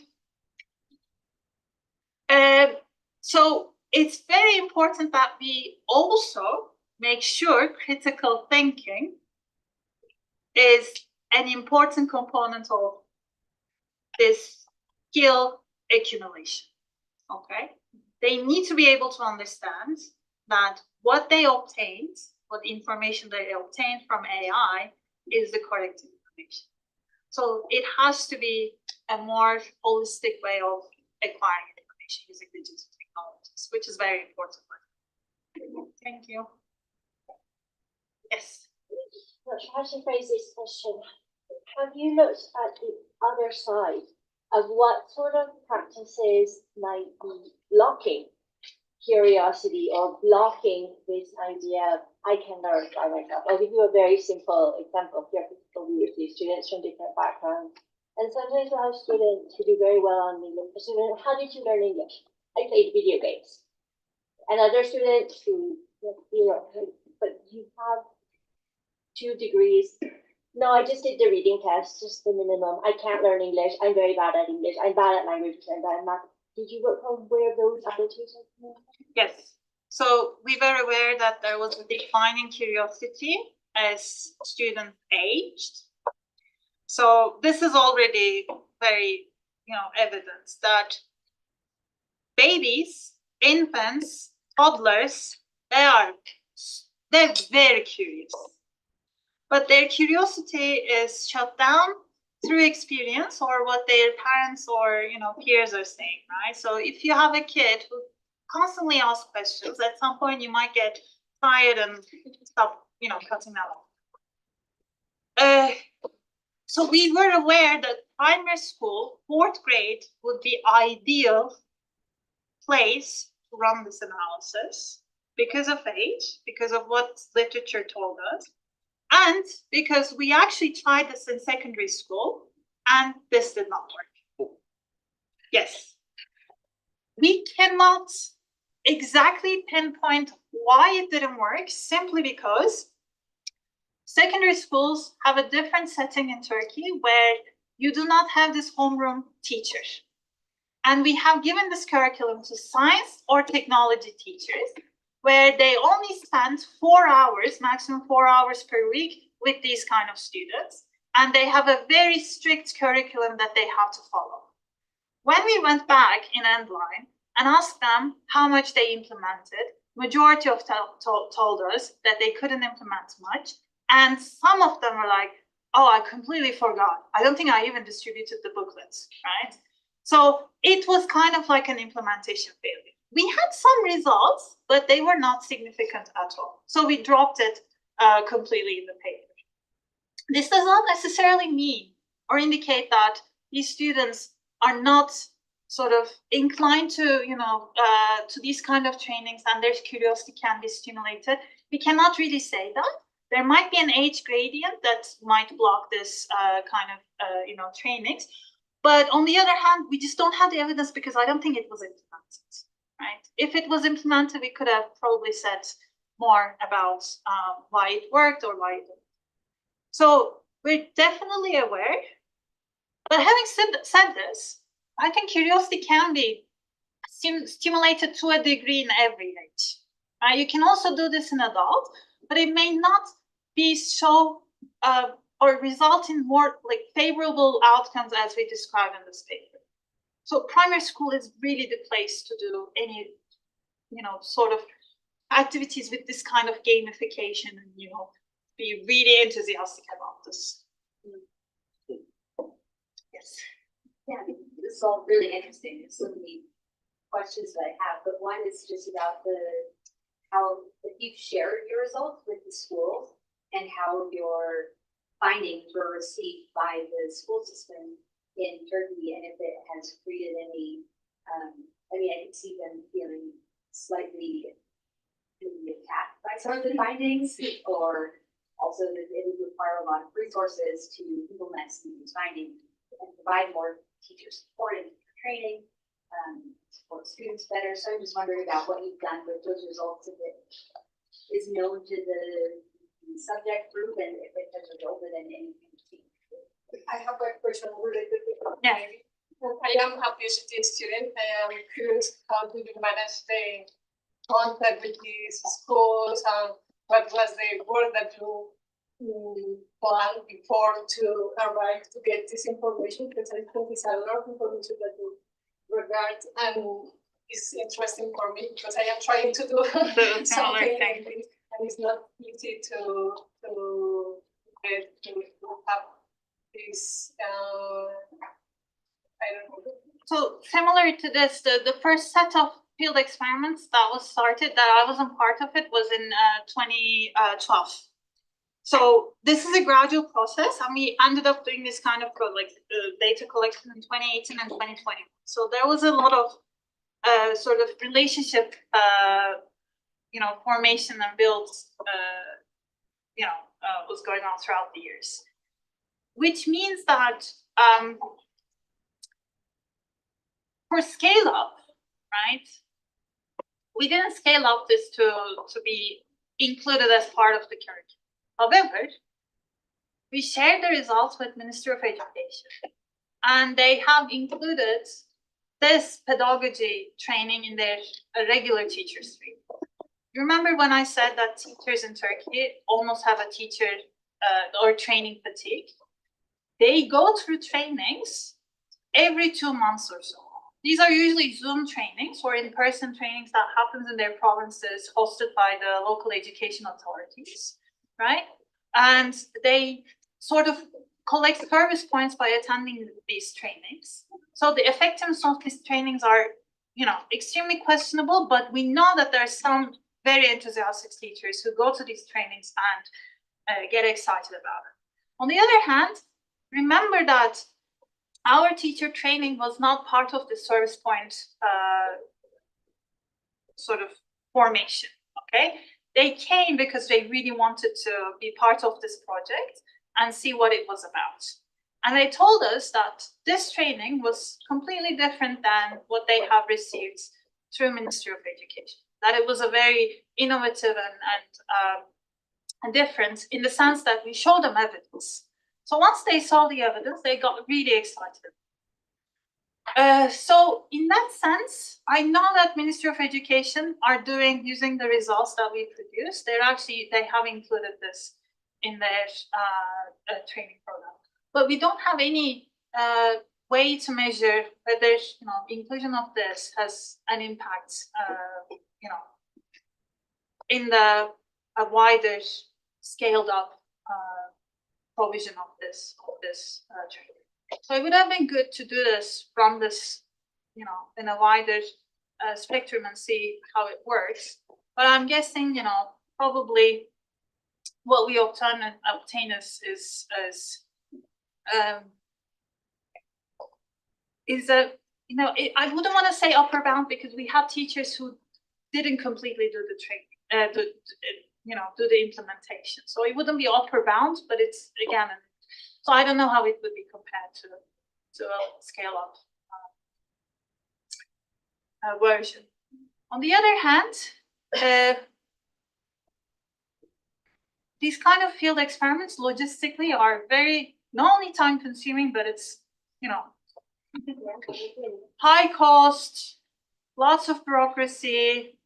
They're difficult. So in total, we had 10 academics working on these fields. We were 40 people, and every day going to classrooms, going to schools. So it was logistically very difficult. But obviously there's a bureaucracy side of it. And I think because, so there has been people part of these projects, and some of them left, but Shudalan is the one that sort of keeps going, doing this. So because I think her reputation also allows for, you know, or facilitates this kind of future projects, I think. Yes. I'm curious because much of this workshop has focused on gamification and the use of play in upper levels, in specific in university setting. And some of the lessons that you mentioned, we're learning in the same. So we're seeing increases in curiosity, increased memory retention, information is being processed at a deeper level and retained in a different way. But I haven't seen anything distinguishing between science and other fields. I'm kind of curious if you've thought about taking this to the university level, and skipping secondary and going directly to tertiary. With that, and I think one of the ways is that we are all professors in higher education, and we all struggle increasing curiosity in the classroom. And I think we realized that it was much easier to do it in primary school. I mean, I struggle a lot in doing it every lecture. Also because there are, I think, multiple factors. But what we realized, and so this came out of a needs assessment strategy, right? And we realized that the teachers were telling us that the best methods they used included traditional methods.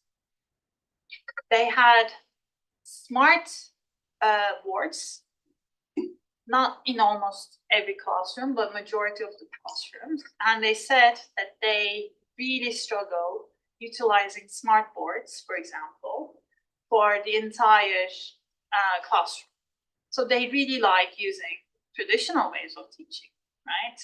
Pen and paper is the way to do it, for example. And we were like, okay, there are a couple reasons for this, even though I can't really say why those might be, because I don't have evidence. I really do not like talking about, you know, these things without having analysis present, right?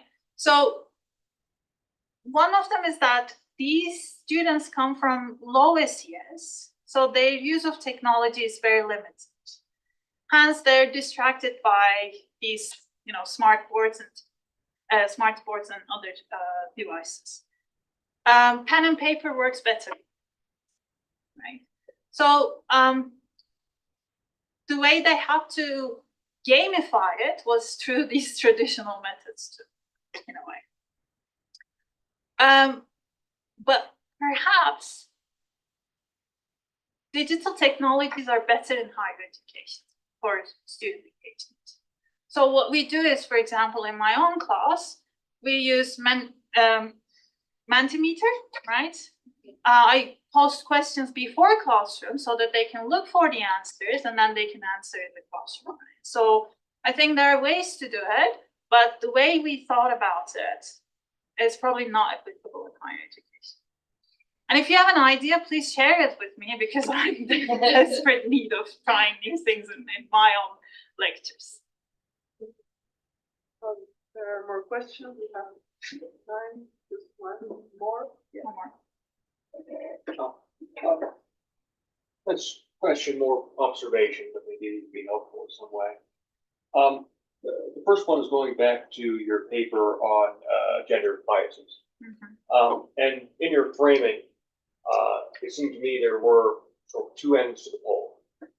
Bias against girls, egalitarian. And that makes sense given the context you looked into. But that to me is not generally the way you would structure that. Right? On this end, you have bias against girls. In the middle, you have egalitarianism. On this end, you have bias against boys. And so I'm not sure, how prevalent all this misandry is in Turkey. But I imagine there are questions you could ask to get at that parallel the ones you asked about bias against girls. So, for example, men are good with their hands, but they're not good with books. So why bother? Men are generally kind of dumber, stupider than girls. Men are simple, less curious than girls. Therefore, they're gonna have trouble. I imagine that if you found a teacher with those sorts of beliefs, you might see the flip side of the graphs you showed us, where there's no difference for the girls, the boys have reduced outcomes. And again, Turkey maybe is not the best place to do that sort of study. That's one. And I'll give you one more regarding your paper on ethnic biases. And you correct me if I'm wrong, I heard this finding of yours incorrectly, that having a, for lack of a better word, racist teacher makes the refugee students more likely to try to become friends with the host students. Is that correct? It's not significant, but it's a positive, yes. Okay. It's made an effect. This actually doesn't surprise me because this kind of smacks me of colonialism. You have a choose your favorite empire, British Empire, Spanish Empire, or something. They would set up some school in the colony. They would be peopled by people from the home country and a slew of people from the indigenous group. The indigenous group, of course, in this empire would be told that they're worms, right? But their response would generally not be to hate the empire, it would be to revere it, right? To shed their indigenous identity and join the colonial office, try to integrate themselves with the system. So the goal of school, and historically this has been the case, the goal of school was to essentially homogenize the population to the benefit of whatever group was in charge. In this case, it would be Turkification, and somewhere else would be insert thing-ification. So that to me would be maybe a feature, not a bug. From a perspective, the state wants to homogenize population, like you pointed to whatever characteristics. Again, more comments and questions. So you need to understand, there are a couple of things for the second one. There are a couple of things that you need to understand is that total number of friendship ties decrease with the teacher ethnic bias. So it's increasing while they're trying to be friends with the host students, right? So this in a way has an overall, so it's a general equilibrium effect. Right? Overall, we're going to a suboptimal outcome while we see a difference pattern in socialization. And the objective is not to assimilate ethnicities, right? Because they obviously become segregated. So if they were to be assimilated, then we wouldn't see inbreeding socialization patterns are happening, or we wouldn't see less social ties are happening, right? So I think in that sense, we need to understand that there are welfare implications that comes from different components of the social structure, like social network measures. Regarding the first question, I think you're right in a way, but so these 7 questions were piloted from, if I'm not mistaken, 14 questions, and I was actually involved in this piloting as well.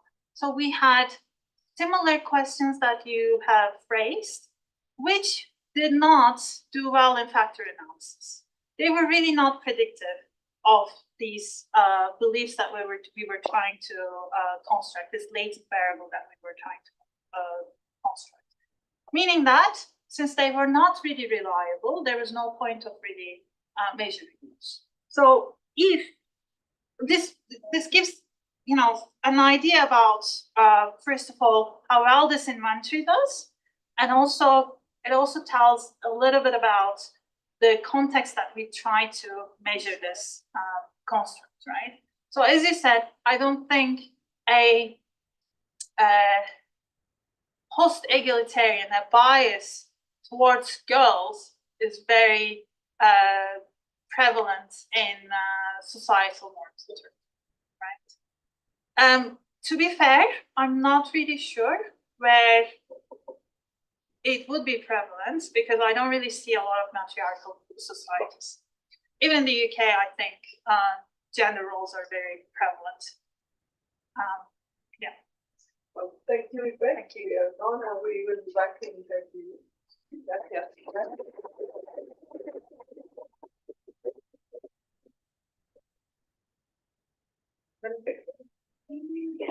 Vamos a ver los temas.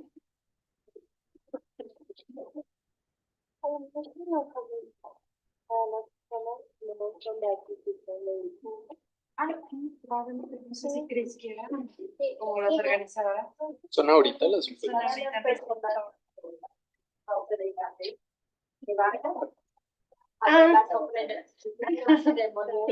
Sería bonito. Yeah. So there is in the library, aquí abajo, en planta baja, hay una sala de lectura. En la sala de lectura ahorita hay un concurso de ofrendas y también hay pan de muerto, chocolate y unos eventos culturales si quieren pasar a verlo. Para quienes vienen de fuera pueden tener. Sí.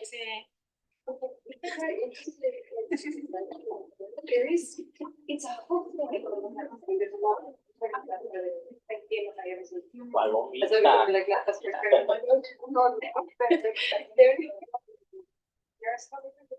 So where are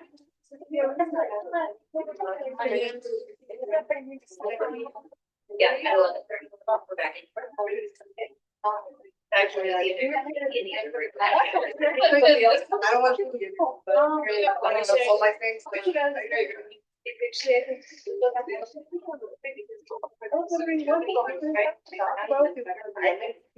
So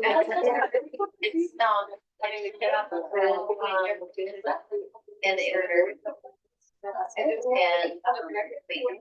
so it's all about education. Yes, we don't have a title for it, but it does. I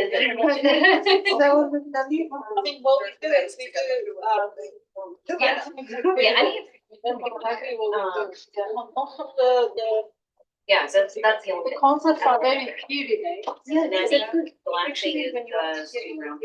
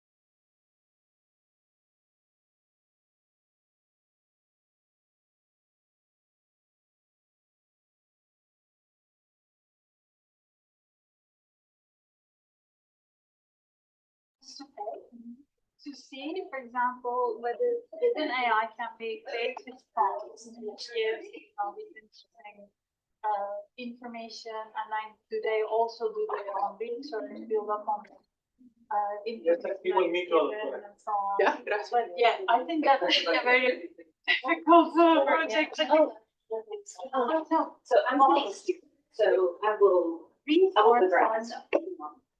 It's a little difficult to understand how to utilize it for me.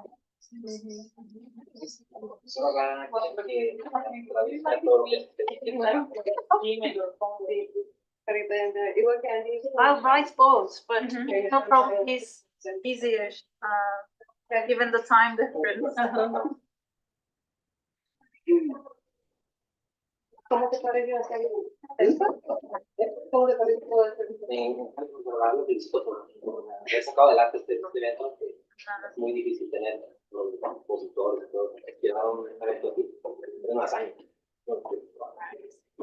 También acaba de Hoy fue yo, ya no ve más, pero todo. nosotros nada más lo imprimimos un libro y digamos, mira, aquí está. I just decided me. I think everyone got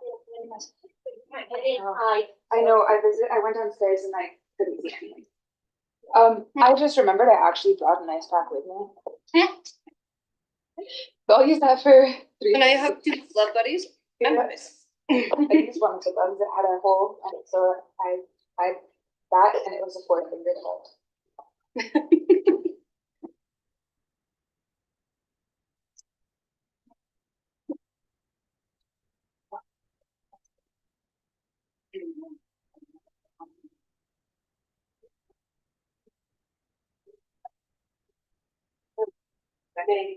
Según la cursa, although she does speak Spanish, but okay, so we'll move back there.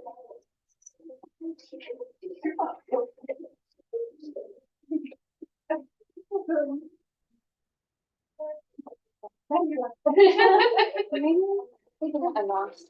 changed it a little bit, like over behind them. I think we are funding for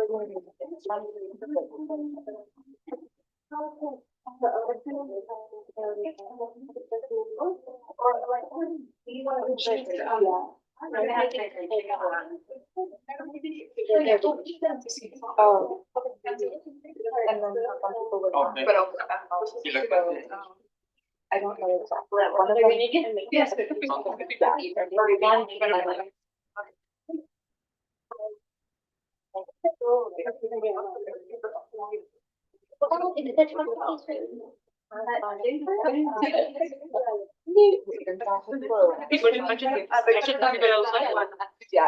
it was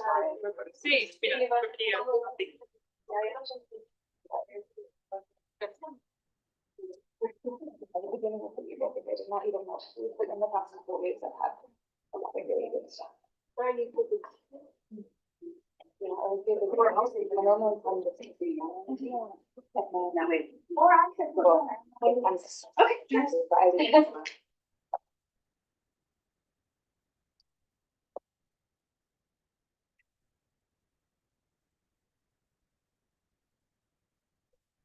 I don't live near any of my family.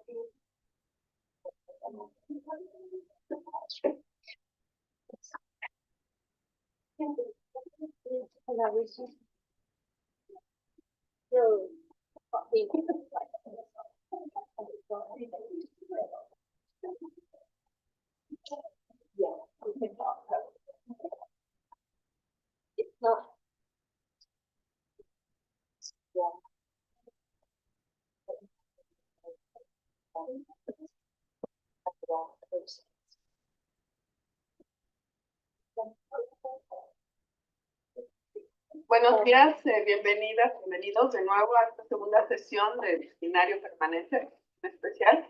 Y en esta sesión abordaremos temas vinculados con educación y desigualdad. Y vamos a iniciar con nuestra ponente Belen, Michel, Torino, Ella es candidata a doctora en Economía por la Universidad de San Andrés y tiene maestrías en Análisis Computacional aplicado a Políticas Públicas en la Universidad de Chicago y Economía en la Universidad Nacional de La Plata. Actualmente es docente en la Universidad Nacional de La Plata y trabaja como especialista en educación para el Banco Interamericano de Desarrollo. Anteriormente había trabajado en evaluación y monitoreo de programas de educación y protección social en el Banco Mundial, la Organización Internacional de las Migraciones, la Administración Nacional de la Seguridad Social en Argentina y el Ministerio de Educación en Ciudad de Buenos Aires. Muchas gracias, Belen, por aceptar la invitación. Adelante. Muchísimas gracias a ustedes.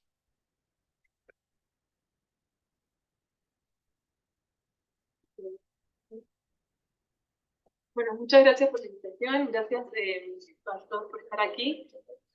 Lo que les quisiera presentar hoy, que platiquemos un poco, es acerca de las desigualdades en educación en las mujeres que participan en carreras de STEM.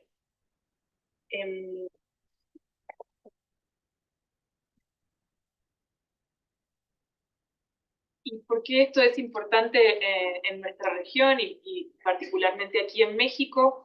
Porque 3 de los 5 países con brechas de género de aprendizaje más grandes en matemáticas son latinoamericanos. Estos son con las recientes evaluaciones de PISA.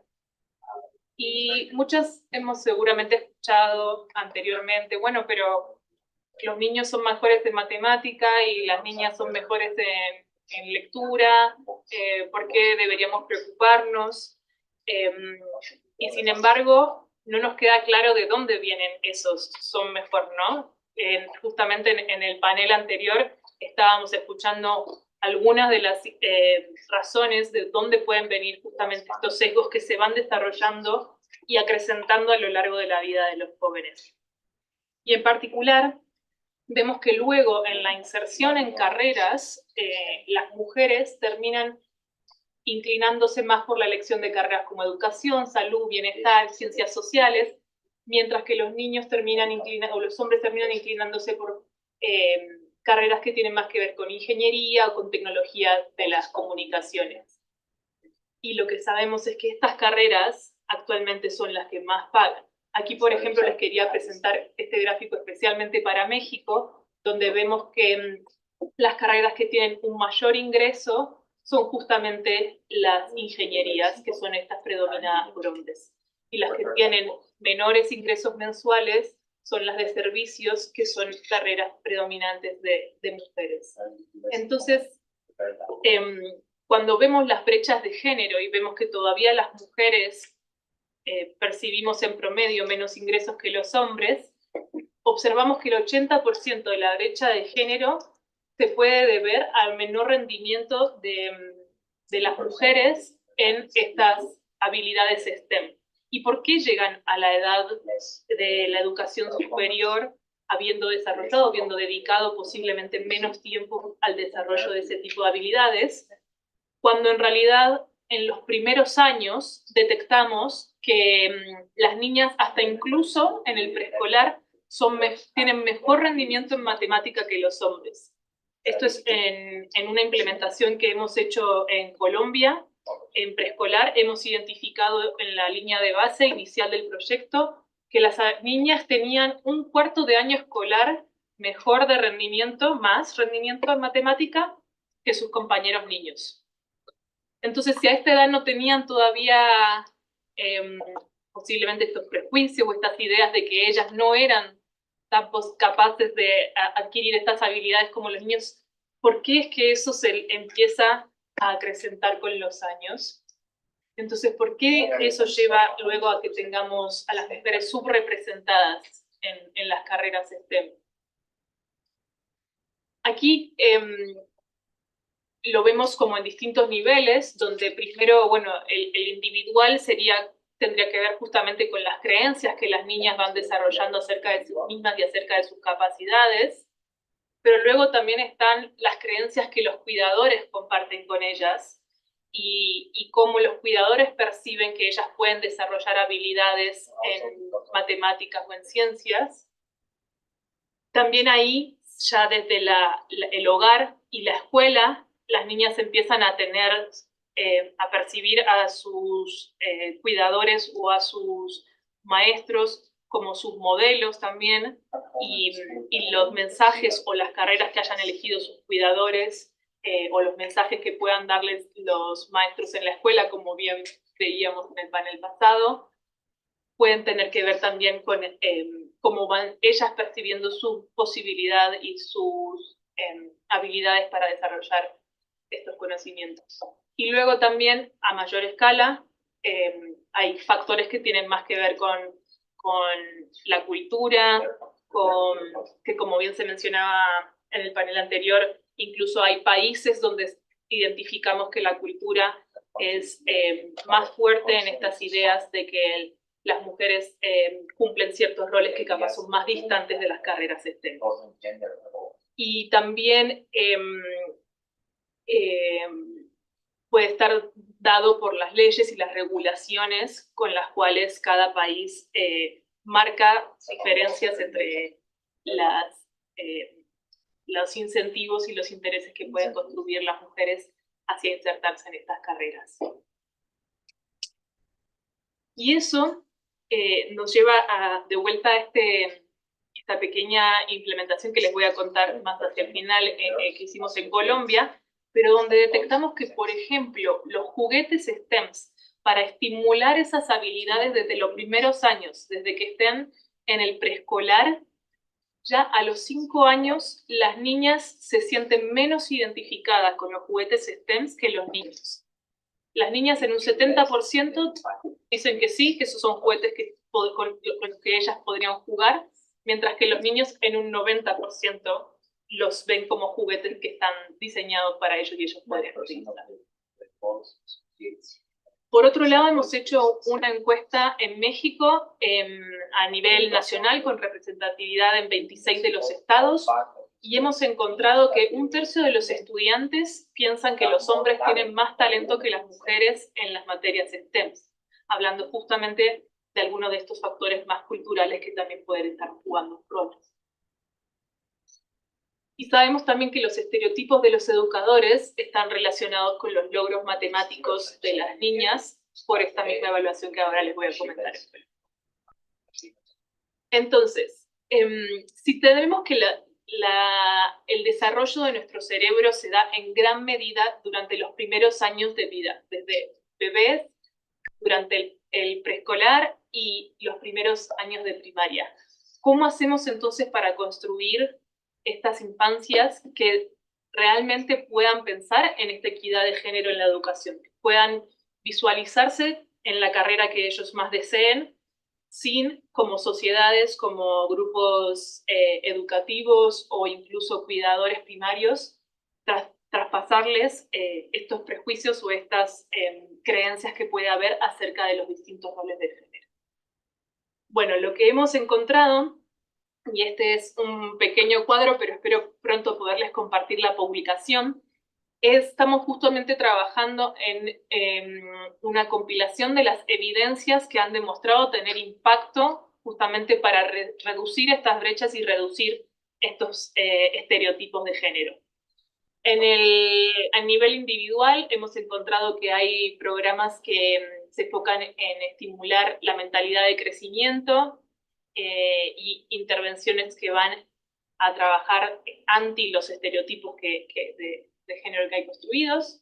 Estos sobre todo se trabajan en lo que es el preescolar y la primaria. Luego para la secundaria y la terciaria tenemos algunos programas que han funcionado y han tenido impacto positivo trabajando con nudges, es decir, con pequeños incentivos para que justamente, por ejemplo, se reduzcan estos estereotipos, con modelos, roles de mujeres que están en la industria STEM y que podrían incentivar o mostrarles un camino a otras jóvenes, y con mentorías, donde también mujeres que están en las carreras STEM puedan compartir sus experiencias de manera cercana con los estudiantes. También hemos recopilado evaluaciones y programas implementados a nivel de hogar, donde también se trabaja con la mentalidad de crecimiento y con nudges, a nivel de escuela con prácticas inclusivas y formación docente, que era algo también de lo que se comentaba como una alternativa, una posibilidad en el panel pasado, y luego a nivel de comunidad también. Y desde entonces, de esa recopilación de experiencias positivas con impacto en la reducción de las brechas de género, yo les quiero contar puntualmente de una que hemos hecho en el BID en Colombia. Junto con Plaza Sésamo se desarrolló este programa que se llama Pequeñas Aventureras, que busca enseñar matemáticas y ciencias sin estereotipos de género desde el preescolar.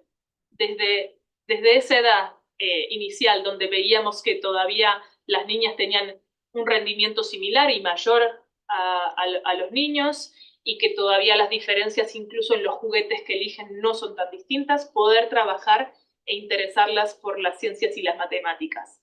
Entonces el programa entrena a madres comunitarias, educadoras en Colombia, en pequeños como centros de cuidado infantil, para utilizar guías, videos, tutoriales, carteles interactivos y juegos de computadora para enseñarle a las niñas temas de matemática y de ciencias que pudieran ser de su interés. Esta implementación en Colombia se evaluó con una evaluación experimental que, como bien nos describiría Ipek previamente, es justamente una evaluación en la que se dividieron a todos los centros comunitarios en dos aleatoriamente, y con uno se trabajó con este programa y con el otro se continuó trabajando como venían haciéndolo previamente, para entonces poder entender la diferencia de realmente trabajar estos estereotipos de género con pequeñas aventureras. Y lo que hemos encontrado con esta evaluación son 3 hallazgos principales que les quiero compartir hoy. El primero es que Pequeñas Aventureras incrementó el interés por las matemáticas de las niñas. El segundo es que también incrementó la flexibilidad de género de los niños y niñas sobre quiénes pueden jugar con los juguetes STEMs. Y el tercero es que ayudó a disminuir la presencia de los estereotipos en los educadores, que ese también es parte del desafío, ¿no? Estábamos conversando previamente sobre cómo poder expandir este tipo de programas y cómo los cuidadores o los maestros son esos agentes de cambio también que pueden continuar con este impacto que en esta evaluación hemos encontrado en Pequeñas Aventureras. Y ahora la pregunta que creo que estaba relacionada con una que salió en el panel anterior y me resultó bien interesante es, bueno, pero ¿cómo podríamos expandir algo así? ¿Cómo podríamos escalarlo para que llegue a una mayor población? Y como habrán visto, mi presentación es menos académica y más de policy un poco, porque esa es nuestra labor en gran medida dentro del Banco Interamericano de Desarrollo. Y entonces lo que se ha hecho, una vez que la evaluación de impacto del piloto tuvo resultados positivos, fue comenzar a pensar cómo escalar este programa, que fue de 3.000 preescolares inicialmente a millones de niños y niñas en la región. Y para ello lo que se usó fue chatbots y estos nudges, estos incentivos a los padres, a los cuidadores y a los maestros para que ellos mismos conocieran. En algunos era como más de información. Por ejemplo, ahí está uno de los mensajes que se enviaba que dice: nuestra científica del día hoy es Adriana Ocampo. Adriana trabaja en la NASA y ha liderado misiones a Júpiter y Plutón. Tu hija será la próxima Adriana con tu apoyo. Ese era un tipo de mensajes que se enviaban. Otros tenían más que ver con ideas para hacer con los hijos. Entonces, habla con tu hijo o hija y cuéntale que las niñas pueden ser bióloga, física, médica, matemática cuando sea grande. Esto ayuda a que tu hijo o hija explore y decida lo que más le guste. Y otro también acerca de invenciones.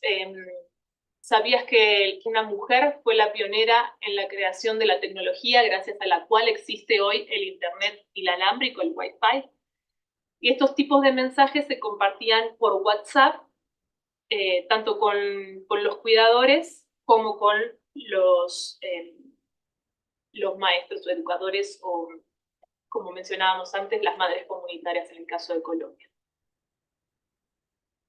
Y de esta forma, lo que pudimos alcanzar es que el programa que se había comenzado en esos primeros 611 escuelitas comunitarias en Colombia se alcanzara en toda América Latina, en presencia en 11 países y haberse podido escalar a 20 millones de preescolares.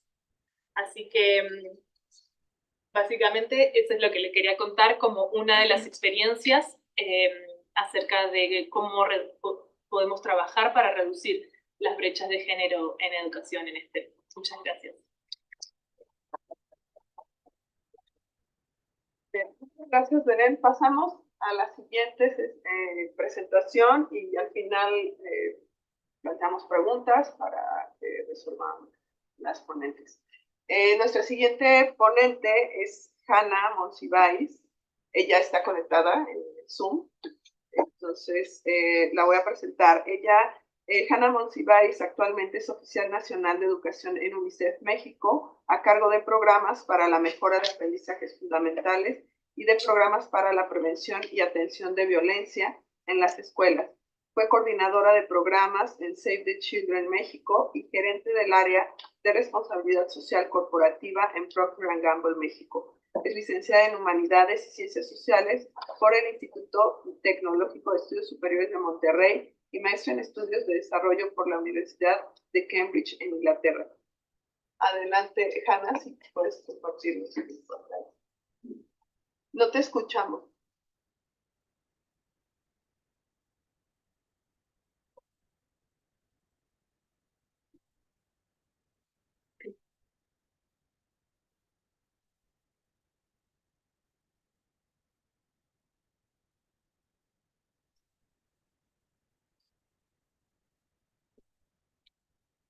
No te escuchamos, Hanna. Permítame un momento.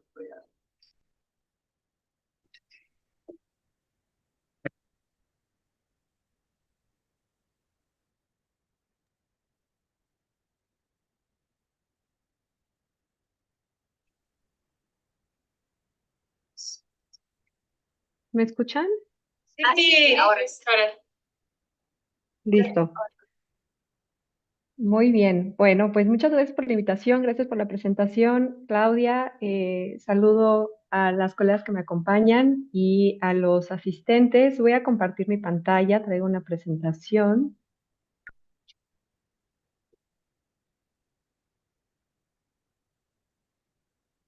¿Me confirman si la pueden ver bien? Sí, la vemos. Perfecto. Bueno, pues yo quería platicarles sobre, digamos, en dos niveles, el tema de las desigualdades y, digamos, los pendientes que aún tenemos en educación, en cuanto al derecho a la educación. Entonces, para empezar la plática, compartirles sobre una cumbre sobre la transformación de la educación que se llevó a cabo en 2022. Este es una cumbre, un evento que es organizado por Naciones Unidas, al cual asisten gobiernos de los diferentes Estados miembros, pero también sociedad civil, diferentes agencias de desarrollo, de cooperación internacional, etcétera. Y el objetivo de esta cumbre era, digamos, se generó de manera urgente, sabiendo que estamos muy retrasados para poder lograr los objetivos de desarrollo sostenible 2030, ¿cierto? Entonces, se hace esta cumbre. Estos fueron los 4 grandes temas en los que 5 temas, perdón, en los que se dividió el evento. Escucho una voz de alguien más. No sé si hay un micrófono prendido. Bueno, entonces a este evento acudieron, perdón, o más bien 130 países se comprometieron a priorizar la educación dentro de sus planes de desarrollo. Hicieron 115 consultas nacionales. Casi a la mitad de los países priorizaron medidas para abordar la pérdida de aprendizajes que generó el COVID. Y perdón, no dije esto antes. Digamos, se generó esta cumbre de manera urgente porque actualmente estamos enfrentando digamos, la sumatoria de diferentes crisis, ¿cierto? Por un lado, no hemos podido garantizar la inclusión o el acceso a todas las niñas y niños, ¿no? Seguimos teniendo deudas con poblaciones en situación de movilidad o migración, seguimos teniendo adeudos con pueblos originarios, seguimos teniendo adeudos en algunas regiones de género, para niños con discapacidad, en fin, ¿no? Eso todavía no hemos logrado cerrar las brechas. Por otro lado, ya lo comentaba la doctora que expuso esta mañana, inclusive, aunque hoy tenemos la tasa de cobertura más grande que hemos tenido en la historia, tristemente, de nuevo, por lo menos a nivel primaria, la mayoría de las niñas y niños podemos decir que sí acceden a la escuela, pero no aprenden, ¿no? Y acceder y no aprender no significa que estamos garantizando el derecho a la educación. Y luego tenemos encima una tercera gran crisis que es COVID, ¿no? Y COVID lo que hace es estas dos crisis anteriores las exacerba, las agrava. Entonces, si ya teníamos adeudos con ciertas poblaciones, estas brechas se agrandan. Y de nuevo, y hay pérdida de aprendizajes, a eso nos referimos con pérdida de aprendizajes. Hubo para algunos países como México casi 2 años de cierre de las escuelas en la que se perdieron los aprendizajes que en la buena teoría debían de tener las niñas y niños, y en realidad no ha habido una estrategia nacional de recuperación de esos aprendizajes. Entonces, bueno, volviendo a esta slide que estoy mostrando ahora, la mitad de los países se compromete a priorizar este problema de pérdida de aprendizajes, 1/3 de los países se compromete al bienestar psicosocial de los estudiantes y de la docencia, 2/3 de los países se refirieron a medidas para compensar los costos directos e indirectos de comunidades económicamente vulnerables, y 75% de los países destacaron la importancia de políticas educativas sensibles al género. Esto solo lo presento como un gran marco. También en esta cumbre, ¿no? Se hizo una declaración de las personas jóvenes en las que, y perdón, no lo mencioné, uno de los actores de esta cumbre fue, ¿no?, una representación de gente joven, y en general, pues los organismos que estamos involucrados en derechos de las niñas, niños y adolescentes, sabemos que es crucial su participación y que ellos sean parte de la toma de decisiones, ¿no? Y no solo beneficiarios de esas decisiones. Si están interesados en esto, pueden consultar el reporte de esta cumbre de transformación para la educación, que está en Google. Pero bueno, ahora, ¿qué salió de ahí? Salieron 7 compromisos, 7 grandes llamados a la acción. Y el primero, y en el que me voy a situar más en esta presentación, es el que tiene que ver con aprendizajes básicos. Se le ha denominado aprendizajes básicos a una triada de cosas. Se le conoce como habilidades fundamentales a la lectura, escritura y matemáticas, o aritmética básica. En un marco de habilidades, por lo menos el que maneja UNICEF, están esas habilidades. Después tienes las habilidades socioemocionales, después tienes las habilidades digitales, y después tienes las habilidades, disculpen, no me acuerdo, hay un cuarto de estilo de habilidades. Pero en este caso, cuando hablamos del mínimo, de la base de lo que debería cubrir la educación, se le denominó como aprendizajes básicos, en donde tenemos lectura y escritura, tenemos matemáticas, pero también tenemos un paquete básico de habilidades socioemocionales. Y se cree que esa triada, esas pequeñas, no son pequeñas, son sumamente importantes, pero digamos es un mínimo que la educación debería proveer. Tenemos que priorizar, porque hoy, como les comentaba, no lo hemos hecho. Sí, muchos van a la escuela, pero no están saliendo con estos aprendizajes que hemos llamado básicos. También se llamó a la acción para tomar medidas en cuanto a la educación en situaciones de crisis. Como sabemos, COVID fue una de estas situaciones, pero no es muy probable que no sea la única ni última. Además que tenemos la crisis de cambio climático encima, entonces la educación cada vez es más vulnerable, ¿no?, a ser interrumpida por este tipo de crisis. Más en nuestra región podríamos hablar de crisis como la violencia armada, ¿no?, o el conflicto armado en algunas regiones del mundo. Además de eso, se pide garantizar el aprendizaje digital público de calidad para todas y todos, promover la igualdad de género en y a través de la educación, el financiamiento de la educación y transformar la educación para transformar el mundo. Y entonces, como les decía, hoy me gustaría centrarme en esto del aprendizaje básico, este compromiso a la acción lo que invita a los países es a que se comprometan a reducir algo que el Banco Mundial llama pobreza de aprendizaje a la mitad para el 2030. ¿Y cuál es una de las manifestaciones de la pobreza del aprendizaje? Es que una niña o niño a los 10 años no pueda comprender un texto simple. Esto, por supuesto, está directamente relacionado con el ODS 4.1.1. Y lamentablemente, bueno, si quieren saber, México como país no se ha comprometido a este compromiso a la acción, pero a nivel subnacional, Guanajuato sí es un estado que se ha comprometido. Esto, como mencionaba, es urgente, ¿no? Realmente es urgente poder responder a esta situación, porque ahora más adelante les diré cuál es la situación de México en cuanto a la pobreza de aprendizaje. No podía dejar de comentarles sobre este framework, este enfoque que utiliza UNICEF. Lo que les estoy contando antes es, digamos, general de Naciones Unidas. Ahora, como representante de UNICEF, les comparto que es un marco al que se invita a los gobiernos para poder de manera acelerada reducir esta brecha o reducir esta pobreza de aprendizaje. Básicamente se trata de 5 puntos, que es alcanzar a cada niña, niño y adolescente y mantenernos en las escuelas. Lo segundo tiene que ver con diagnosticar los niveles de aprendizaje regularmente. En este sentido, porque no lo voy a mencionar más adelante, ha habido un espacio en blanco en México, ¿no?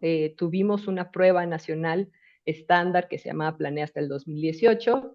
Después, con el gobierno anterior, hubo unos años sin un diagnóstico nacional, y apenas 2022-2023 se retomó este tipo de diagnóstico gestionado por Mejoredo. Entonces tenemos ahí unos años sin saber, y por lo tanto, aunque las evaluaciones no son comparables, pues sí, la nueva evaluación nos da luz de cómo estamos en cuanto a la situación de aprendizaje. El tercer gran punto es priorizar el aprendizaje fundamental. Como ya les decía, por fundamental nos referimos a lectoescritura y matemáticas, y además habilidades socioemocionales. También la otra invitación a los gobiernos es incrementar las oportunidades de programas de nivelación y recuperación de aprendizajes. Como decíamos, no es solamente un tema de la alfabetización inicial, ¿no? O cómo hacemos esta educación en los primeros grados de primaria, sino es, ya que estamos en esta situación donde ya había, ¿no?, rezagos de aprendizaje previo a la pandemia, y estas se vieron agravadas después de la pandemia, es necesario hacer programas remediales de nivelación e idealmente acelerados. Y por último, desarrollar salud psicosocial y bienestar de las y los estudiantes. Yo les quiero compartir 2 programas que tenemos en UNICEF con los cuales buscamos tratar de reducir esta pobreza de aprendizaje, ¿no? Uno tiene que ver particularmente con niñas y niños indígenas. Este resultado que ven aquí es de esa última prueba que tenemos a nivel nacional que realiza Mejoredo sobre, pues sí, cómo están las niñas y niños en cuanto a estos aprendizajes básicos. Y de acuerdo a esta prueba, 1 de cada 10 niñas y niños indígenas pasan el examen nacional de lectura en quinto de primaria. ¿Por qué elegimos quinto de primaria? Esta prueba mide de segundo de primaria a tercero de secundaria. Elegimos quinto de primaria porque este es el rango, la edad, digamos, límite en la que consideramos o no la pobreza de aprendizajes. Esto, por supuesto, es gravísimo, ¿no? O sea, imagínense, estos niños pasaron 6 años en la escuela y solo 1 de cada 10 pueden aprobar. Es decir, sacan más del 60% de los aciertos de la prueba nacional de lectura. Pero esto, por supuesto, no es culpa de las niñas y niños. Esto se debe en gran medida a la falta de una enseñanza inclusiva, de una enseñanza intercultural, y particularmente de una enseñanza bilingüe que respete las lenguas indígenas y las lenguas dominantes de las niñas y niños, que para estas poblaciones no siempre es el español. En ese sentido, hemos desarrollado un modelo de enseñanza junto a la Universidad Autónoma de Querétaro, al que le llamamos literacia y bilingüismo. Y este modelo, que ahorita les contaré en qué consiste, busca mejorar la lectura y la escritura en lengua indígena y en español de las niñas y niños que asisten a primero y segundo grado de primaria. A la fecha lo hemos desarrollado en 6 lenguas indígenas y español, tarahumara o rarámuri, tepehuano o odami, amuzgo, náhuatl, mixteco y celtal. Y esto lo hemos implementado junto con los gobiernos estatales de Chiapas, Chihuahua y Guerrero. El modelo consiste en una capacitación a personal docente sobre cómo enseñar en un método bilingüe, el diseño de sesiones de intervención en aula y el desarrollo de materiales en lenguas indígenas y español. Este trabajo ha sido muy tardado, particularmente por el punto 3, porque hemos tenido que desarrollar materiales educativos muchas veces desde con ayuda de los docentes de las comunidades y los que dominan las lenguas para que esto funcione. Hasta la fecha, hasta ahora hemos alcanzado a 15,000 niñas y niños de comunidades indígenas. Hicimos una evaluación externa con solo 12 sesiones. Mejoramos su literacidad bilingüe en un 14% comparado con grupos control. Y nuestro trabajo, no solo estamos mejorando la lectura y escritura, sino que vemos que a través de este modelo hemos logrado revalorizar la cultura, las lenguas de estas poblaciones y de estos niños y niñas. Este es el primero que les quería compartir. Y disculpe que voy tan rápido, pero sé que no tenemos mucho tiempo. Y el segundo se llama campamentos de aprendizaje. Esta es la misma evaluación que ya comenté antes, pero este es el resultado a nivel nacional, ¿no? El otro era 0.7 niñas y niños, o sea, menos de 1 niña y niño indígena aprobado esta prueba. Bueno, para el resto de la población no indígena, las noticias no son mucho mejores. Es 1.6 de cada 10, ¿no? Lo puedo redondear a 2 de cada 10. Y entonces, como ya decía, esto les habla de la gravedad de la crisis que estamos viviendo en México. El programa que nosotros proponemos y hemos llevado a cabo se llama campamentos de aprendizaje, campamentos por su característica acelerada. Y seguimos un enfoque que no lo inventamos nosotros, que se llama enseñar en el nivel adecuado o teaching at the right level, que en realidad es un método de enseñanza que desarrolló y perfeccionó Pratham, que Pratham es una organización de la sociedad civil de la India, que ha logrado escalar este modelo en diversos países, incluido India, Nigeria, Zambia, etc. Básicamente este principio lo que nos dice es que es un error pensar que las niñas y niños del mismo grado y de la misma edad están en el mismo nivel educativo y por lo tanto les podemos enseñar igual. Las niñas y niños, desde que ingresan a primero de primaria, traen un bagaje diferente, ¿no? Va a depender muchísimo el nivel educativo que traigan con el nivel educativo de sus padres, con los materiales didácticos, educativos que pudiesen encontrar en sus casas, con su nutrición, con un montón de cosas, ¿no? También va a depender mucho si fue una preescolar o no fue una preescolar, pero pues nuestro sistema educativo generalmente, y la mayoría de los sistemas educativos, enseña asumiendo que todos venimos como de un mismo nivel y nos enseña un currículo parejo para todos. Este otro método dice, hagamos una pausa, veamos en qué nivel está cada niña y niño y apoyémoslo con intervenciones educativas en su nivel, ¿no? Por eso es esto de enseñar en el nivel adecuado de la niña y del niño. Y este programa particularmente, como ya, no sé si ya lo había dicho, pero es acelerado. Entonces, cómo funciona es, primero se hace un diagnóstico inicial, divide a las niñas y niños en 3 grandes niveles, en el elemental, principiante y básico. Después agrupa a esos niños de acuerdo a los niveles en los que están. Por ejemplo, ahora en las escuelas en las que tenemos este programa, hay grupos con niños tal vez de 12 años y niños de 8 años, pero ambos están en el mismo nivel. Tal vez están en un nivel presilábico, tal vez están en un nivel silábico, no lo sabemos. El diagnóstico nos permite saber. Y ya que los agrupamos en esos niveles, se hacen intervenciones aceleradas, 20 sesiones para lectura y escritura y 20 sesiones para matemáticas, y al final se hace un diagnóstico final. La idea es con esto nivelar a las niñas y niños por un periodo de tiempo del ciclo escolar y después regresarlos al currículo regular con una mejor, con sus habilidades fortalecidas. Hasta el momento hemos llegado a casi 23,000 niñas y niños participantes que en promedio mejoraron 8% en lectura y 11% en matemáticas. Esto respecto a las pruebas iniciales y finales. Pero respecto a la magnitud del efecto, se calcula que han avanzado 1 año y 1 mes educativo en lectura y 1 año y 7 meses en matemáticas. De nuevo, con 20 sesiones, es decir, 20 días, es decir, 1 mes educativo, hemos logrado mejorar más de 1 año escolar. Este es otro programa que tenemos, no voy a entrar tanto al detalle, pero son, como ya decía, la otra gran pieza.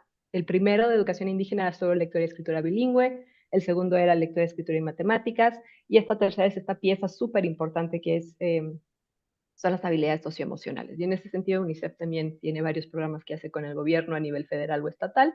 Tenemos un manual de capacidades para educadoras de preescolar, tenemos otros manuales de manejo de las emociones para nivel secundaria, y tenemos otro curso en línea para el nivel de media superior sobre habilidades para la educación y particularmente habilidades para la educación dual. Bueno, y este, digamos, es un resumen de la situación como está, y más adelante les hablaré, digamos, de las propuestas que hace UNICEF y en las que está haciendo abogacía con el gobierno federal y estatal para que se cumplan. Algunos datos: 8 de cada 10 niñas y niños no reciben educación inicial y 4 de cada 10 no asisten a educación preescolar. De esto no hablamos, pero probablemente ya saben, la educación en la primera infancia es, digamos, la edad clave, ¿no? Es la edad en la que la inversión tiene mayor retorno. Entonces, realmente invertir en los niños desde chiquitos, al inicio de su vida, es la mejor inversión que un país puede hacer. Y como están viendo, todavía tenemos como país una brecha importante para tener una cobertura universal en cuanto a educación inicial y en cuanto a educación preescolar. La segunda, que ya lo vimos, es 8 de cada 10 niñas y niños terminan la educación primaria sin poder leer y comprender un texto sencillo. Además de eso, como se podrán imaginar, estos rezagos se van arrastrando, ¿no?, a lo largo de los niveles educativos, y cuando llegamos a la adolescencia, si se asume que la mayoría traemos rezagos en las habilidades, en los aprendizajes básicos, después, por supuesto, tenemos problemas para adquirir nuevas habilidades y habilidades necesarias para poder concluir satisfactoriamente la escuela y para en un futuro integrarnos al mercado laboral o, ¿no?, aspirar a diferentes sueños que las personas puedan tener. Como ya decía desde el inicio, el rezago educativo es mayor para las poblaciones en situación de vulnerabilidad. De nuevo, por ejemplo, COVID no impactó igual a los niños de los estratos socioeconómicos más altos que a los niños de los estratos socioeconómicos más bajos. Particularmente la pobreza, ¿no?, es un gran diferenciador. Si estamos en áreas rurales o urbanas, la población indígena y con discapacidad, y como también habíamos mencionado ya, la población en situación de migración. Y otro gran pendiente que tenemos es: en México no se destinan recursos suficientes a la educación. Bueno, pues ahí hay un faltante. ¿Cuáles son las propuestas? Las propuestas son al gobierno es justamente ampliar la oferta de educación inicial y la participación en preescolar, desarrollar una estrategia de aprendizajes fundamentales, matemáticas, lectoescritura, habilidades socioemocionales, dirigidas a poblaciones históricamente rezagadas. Esto nos parece urgente. La transformación de métodos de enseñanza y currículo para secundaria y media superior, para reducir el riesgo de abandono escolar y mejorar la preparación para la transición al trabajo y la vida adulta. Una estrategia enfocada en inclusión y equidad para atender a niñas, niños y adolescentes con rezago educativo, ¿no?, utilizando innovación educativa, e incrementar gradualmente la inversión en educación y focalizar el gasto educativo con un enfoque equitativo para eliminar las desigualdades existentes con base en condiciones de pobreza, discapacidad, etc. Eso es todo de mi parte, les agradezco mucho.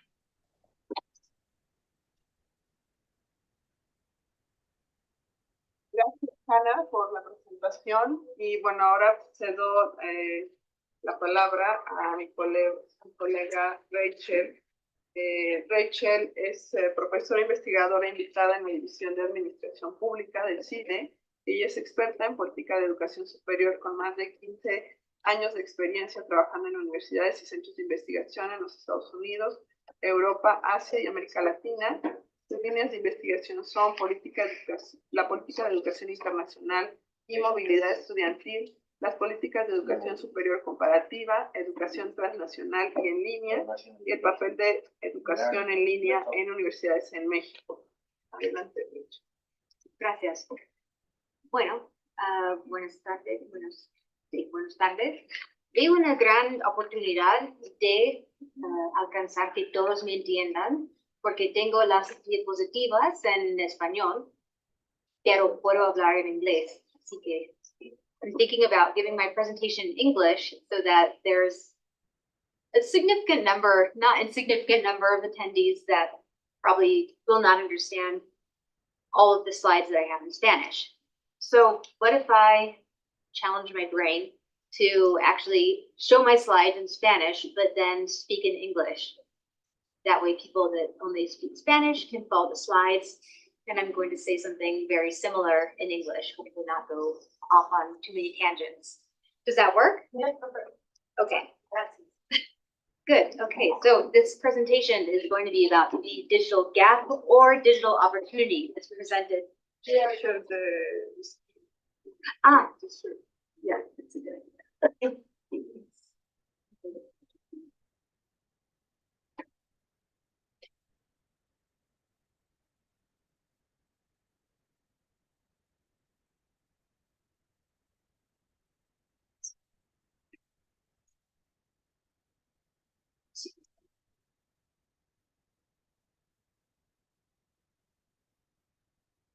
Is this now?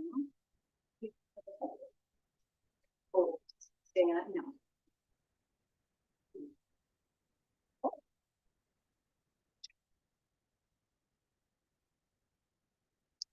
Aquí, pero como lo comparten.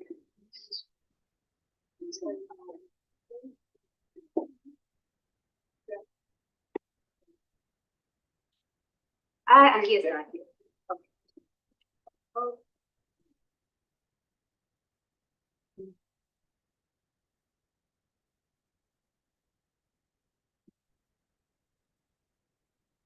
Good. Fine. Well, what I was saying is we're discussing whether there's a gap or an opportunity presented by digital education in higher education.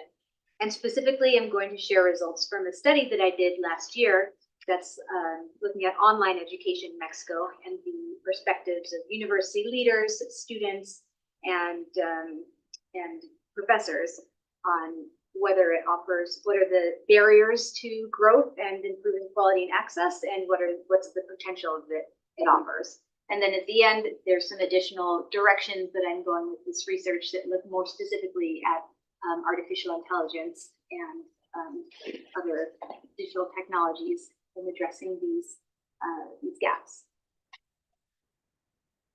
So this is probably an interesting slide for those of you that are not Mexican. If you are from Mexico, you may know a lot of this information.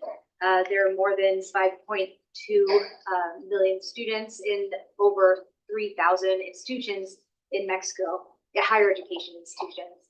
And most of the institutions in higher education in Mexico are private, but most students are actually enrolled in public universities. So 64% are enrolled in public universities such as CIDE. The CIDE is extremely small, but this is a photo of UNAM, the Universidad Nacional Autónoma, and that's a very large and very renowned university that has thousands of students, probably 20,000.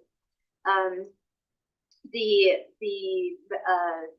median matriculation of higher education in Mexico is over 18%, was over 18% in 1999, and it's grown a lot. It's more than 45% in 2020, which is the most recent statistic.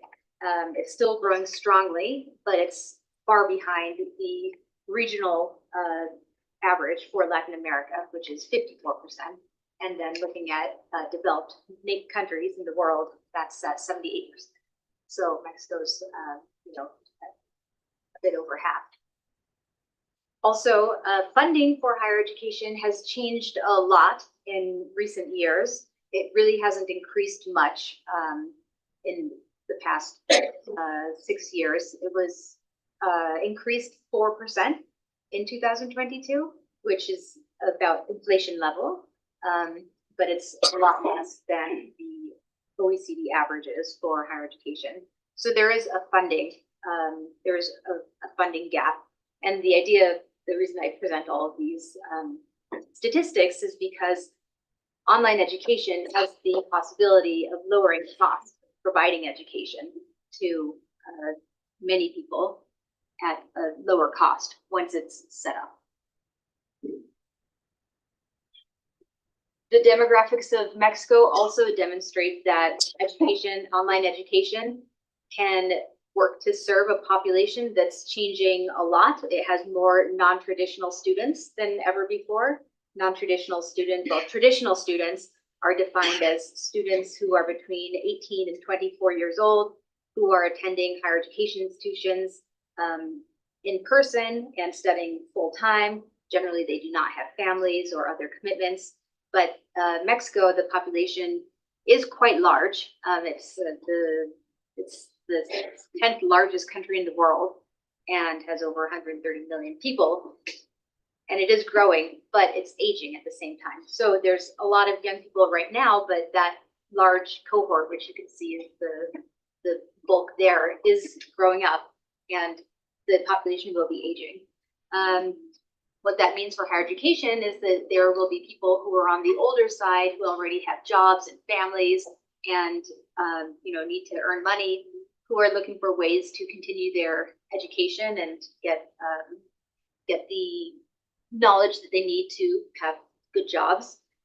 This also ties into the Mexican economy, which has a lot of new jobs in tech, and a lot of nearshoring is a big thing. So there is a lot of need for reskilling of the workforce, and those workers generally tend to be already adults. So education online will be a big thing. It already is, and it will be probably an even larger part of the education market in Mexico in the coming years. Another really important fact is that internet access is not so high in Mexico. It's just about 44%, and smartphone usage is 42%. It's growing rapidly, but that still is behind the average for the standards of the OECD. And then using some statistics from the SEP, the National Education Secretary. Well, as I said before, there's more than 5.2 million students, and of those, 22% already studying via distance education. And you can see that this is the category where it's growing much more rapidly than in-person education. It grew 130% since 2013, and in-person education grew only 17%. So you can see that obviously the largest category by far is still in-person education.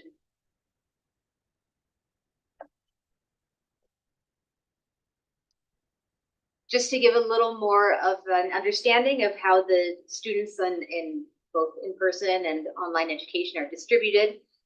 Though private institutions are 36% of total student enrollments, they account for 64% of online enrollments. So students that are studying online tend to study at private universities. And then 23% of the enrollments in private universities are actually at postgraduate level, compared to only 7% of enrollments in public universities are at postgraduate level. So that shows that in public universities, students studying online tend to study at levels, well, probably the bachelor levels and not postgraduate. And then the students who are in public universities are 17% are in the state universities, which are very large, but then the rest, which is the bulk of them, 83%, are in polytechnics and Tecnológicas and intercultural. There's a lot of different types of public universities in Mexico. And basically, it just goes to show that they're really dividing up the share of online students. So to show you a bit about this study that I did, it looks at higher education in Mexico and finding perspectives of leaders, professors, and students regarding the potential to improve access and quality. Looking at 3 different questions. One is the relationship between online learning and access. The second is looking at the relationship between online learning and quality of higher education. And then also just perceptions of the stakeholders on the potential to improve access and quality. What are the barriers and what are the opportunities?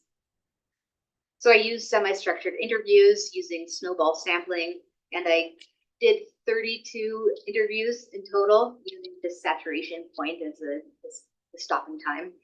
The software used was in vivo. That was a very useful one. And I also use that for analysis. And then these SEP statistics are what I use to create descriptive statistics and just paint the overall picture of growth in Mexico. University characteristics. Well, I had 6 universities in total, and I made sure that they all came from different states in Mexico, different sizes of universities, public and private. And then most of them did offer, all but one offered degrees up to doctoral level, but one stopped just at bachelor's. And then this is an overview of the 32 stakeholders that were interviewed. I tried to get a balance of male and female, but higher education leadership and the academics skews male in Mexico. So there are more men, but in terms of students, it was 50-50. And you can see there's a lot of different subjects that were included, or areas of fields of research and expertise. And when I speak about leaders, I mean the university presidents or the vice presidents. So these are just an overview of some of the findings related to online learning and access. We found what is obvious based on all the presentations we've had today. There were a lot of economic barriers related to access. A lot of students just did not have the resources needed in order to study online, meaning that they don't have smartphones, they don't have laptops, or if they do have a laptop, it's for use of their entire family. So they don't get to just bring it wherever they want. There are many infrastructural barriers, especially with rural zones.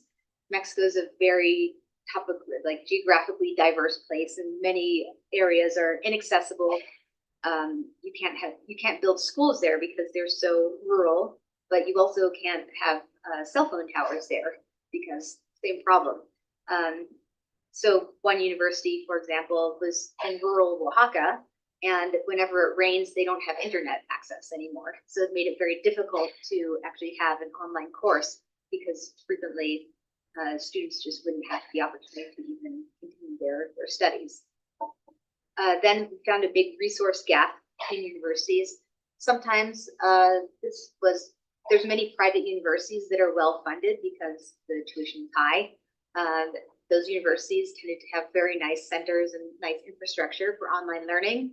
And then again, we saw rural universities and some public universities that really didn't have the infrastructure to provide that. Talking to students at the UNAM, the National University, Autonomous University, they said they don't have even toilet paper in the bathrooms or soap.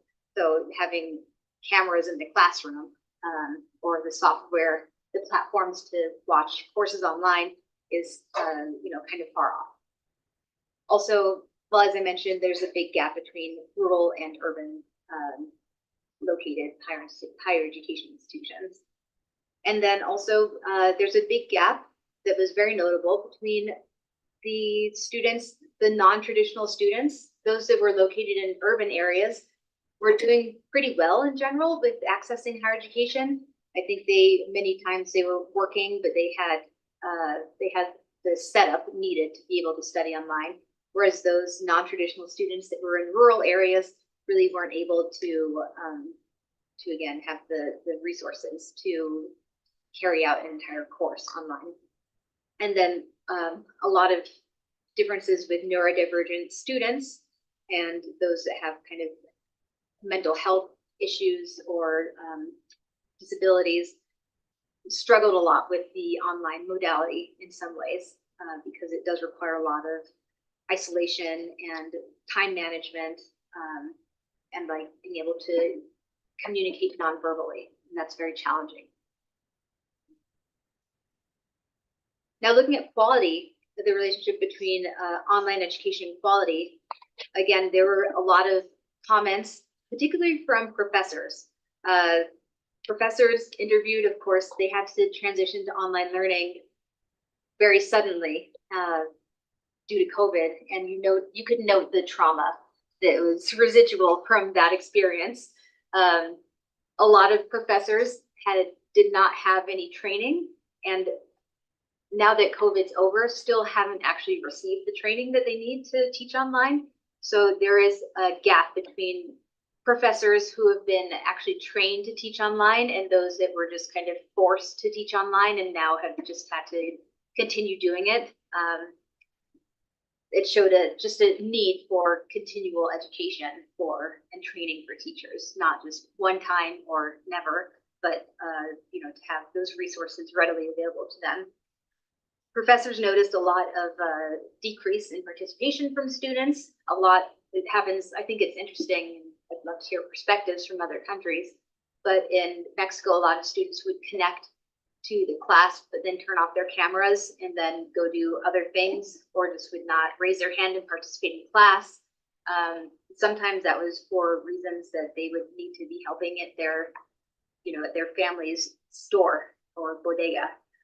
But other times it was just because they thought they could get away with it.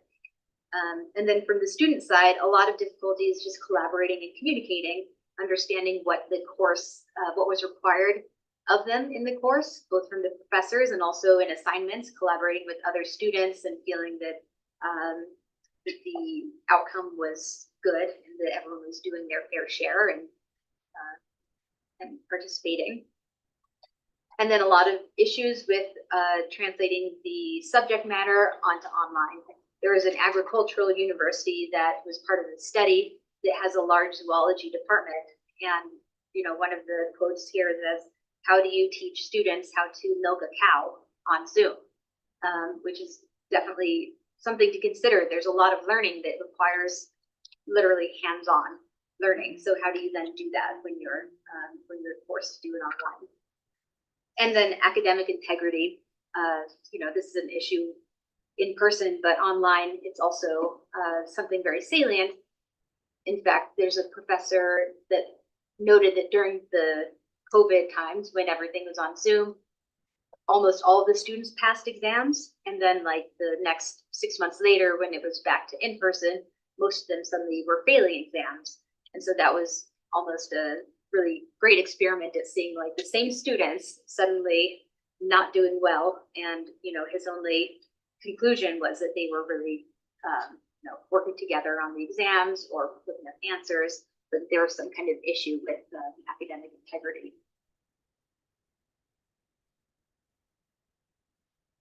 So finally, just looking at the future of online education from the perspectives of these stakeholders, what they see as the opportunities or what would be holding back everybody.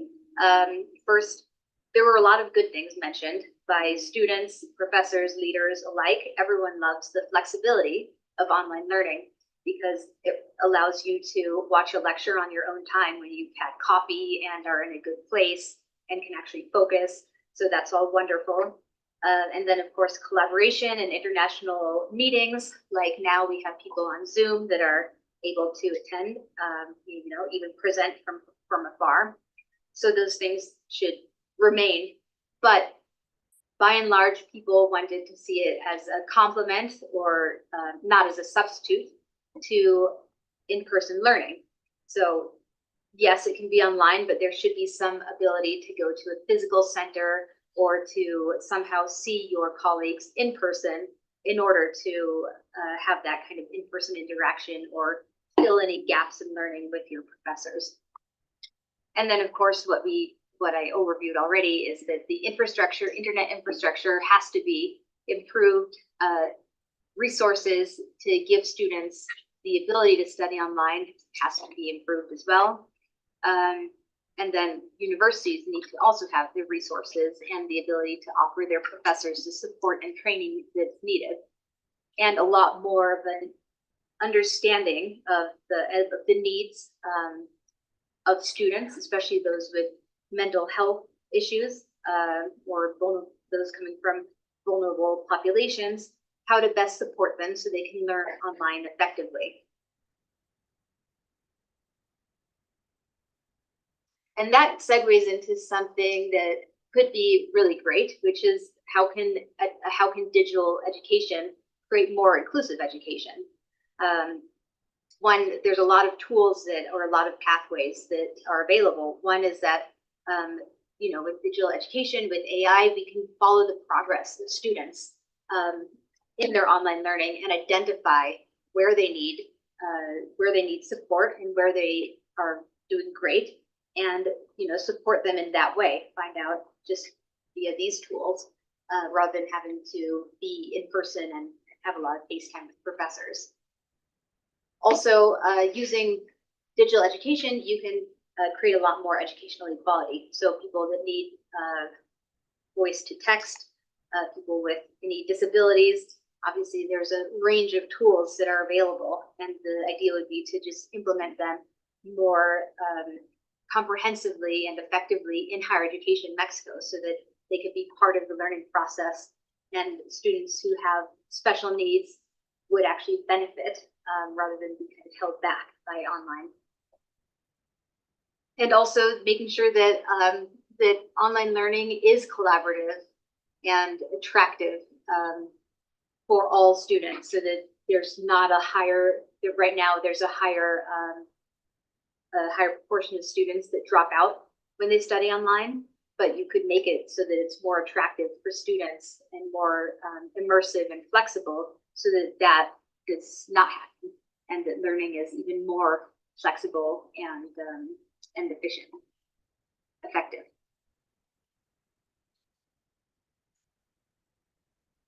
A few considerations in using artificial intelligence, and we've talked a lot about this subject this week. So I know some of this has been covered in other workshops, but one is that there could be an involuntary increase in the digital divide rather than a decrease in the digital divide, which is that since there's already a resource gap and a big divide in who has access to technology and who does not, now throwing in artificial intelligence usage could just increase that, because there's so many students who not only do they not have laptops or smartphones, they also don't even know how to use ChatGPT effectively.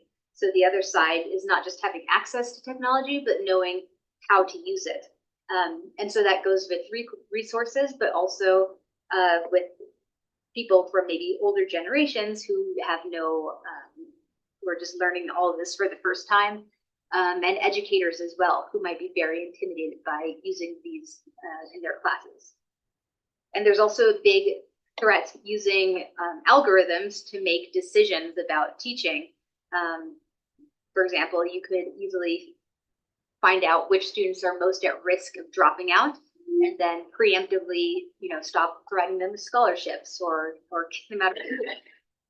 And also, what do you do with the old educational data on students? How do you keep it safe and make sure that it's not used against students? Privacy, security of information, and what is all this information being used for? It calls into question a lot of ethics. And there, I think we have very strong ethics committees in terms of doing investigations, but not so much in how we actually implement technology in the classroom. It's really whatever professors feel is the appropriate usage of technology and statistics is fine. And a lot of universities, in fact, don't even have guidelines regarding this. And technology changes so quickly right now that they're constantly having to update them. And then finally, too much time spent online is not good for anyone, especially not any students that have neurodiversity, mental health, or people who are very young. It's just been shown that there are some opportunities, but overall, we want to make sure that you're not spending your days just looking at a screen.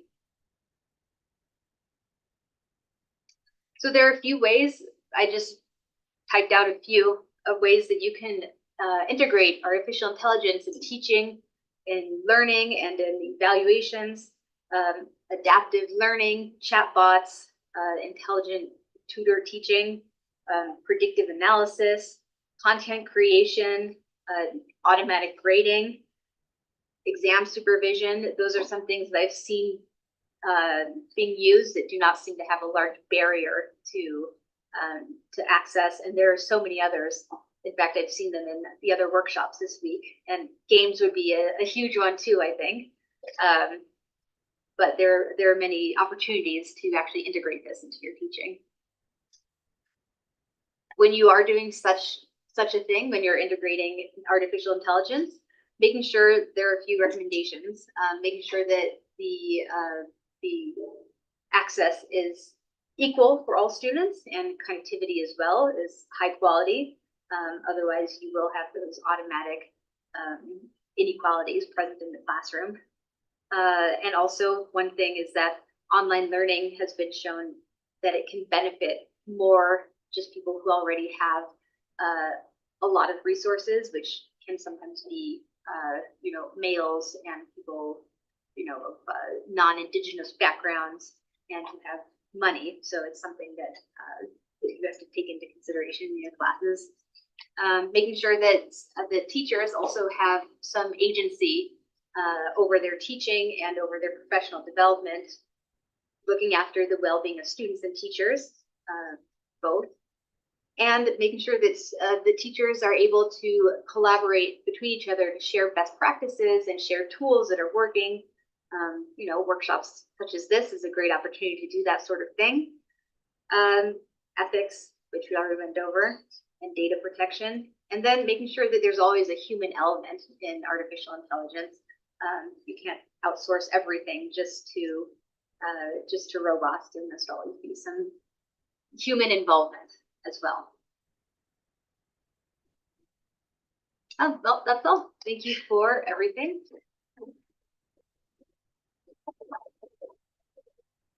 Gracias, Rachael, por la presentación.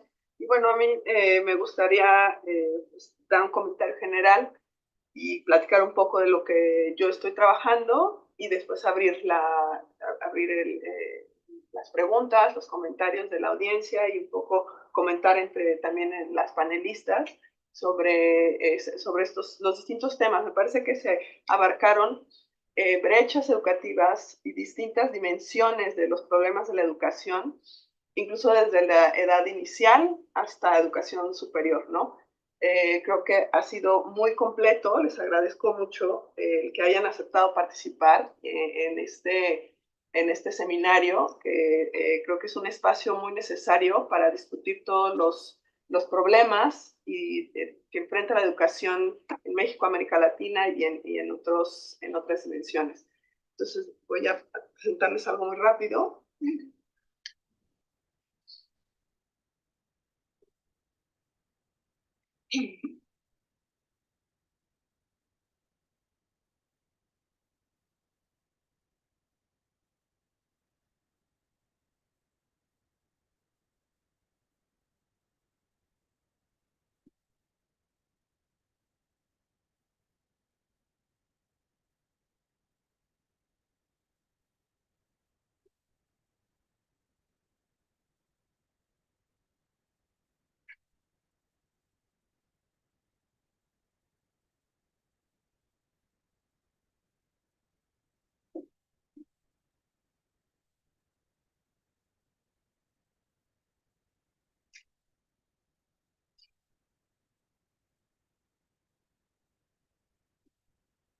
Bueno, me parece que se vincula con un poco o mucho con los resultados que muestra Rachael, con las brechas educativas de las que hablaba también Hannah de UNICEF y con lo que hablaba Belen del Banco Interamericano de Desarrollo. Y este proyecto está en una etapa inicial, aún no tengo resultados, es un poco ambicioso, porque no existen los datos, ¿no? Lo que estoy yo buscando es medir la brecha de habilidades para poder generar recomendaciones de política educativa de tal forma que se ajuste, que pueda ser flexible la política educativa, el currículum sea flexible y se ajuste a las demandas que hay en el mercado laboral, de tal forma que las egresadas y los egresados tengan las habilidades necesarias y las habilidades que sean flexibles para adaptarse a las nuevas condiciones del mercado laboral. Hay un debate en la literatura sobre la definición de brecha de habilidades. Y en algunos casos, en algunos países lo llaman un shortage de habilidades, escasez de habilidades. Aquí lo estoy definiendo como la diferencia entre las habilidades y conocimientos que poseen los trabajadores o egresados y las habilidades que demanda el mercado laboral, los empleadores específicamente. ¿Y cuál es la relevancia? Bueno, en la literatura, en desigualdad, se ha analizado y no hay todavía investigaciones concluyentes, pero en América Latina la desigualdad ha venido disminuyendo y específicamente también la desigualdad salarial ha disminuido.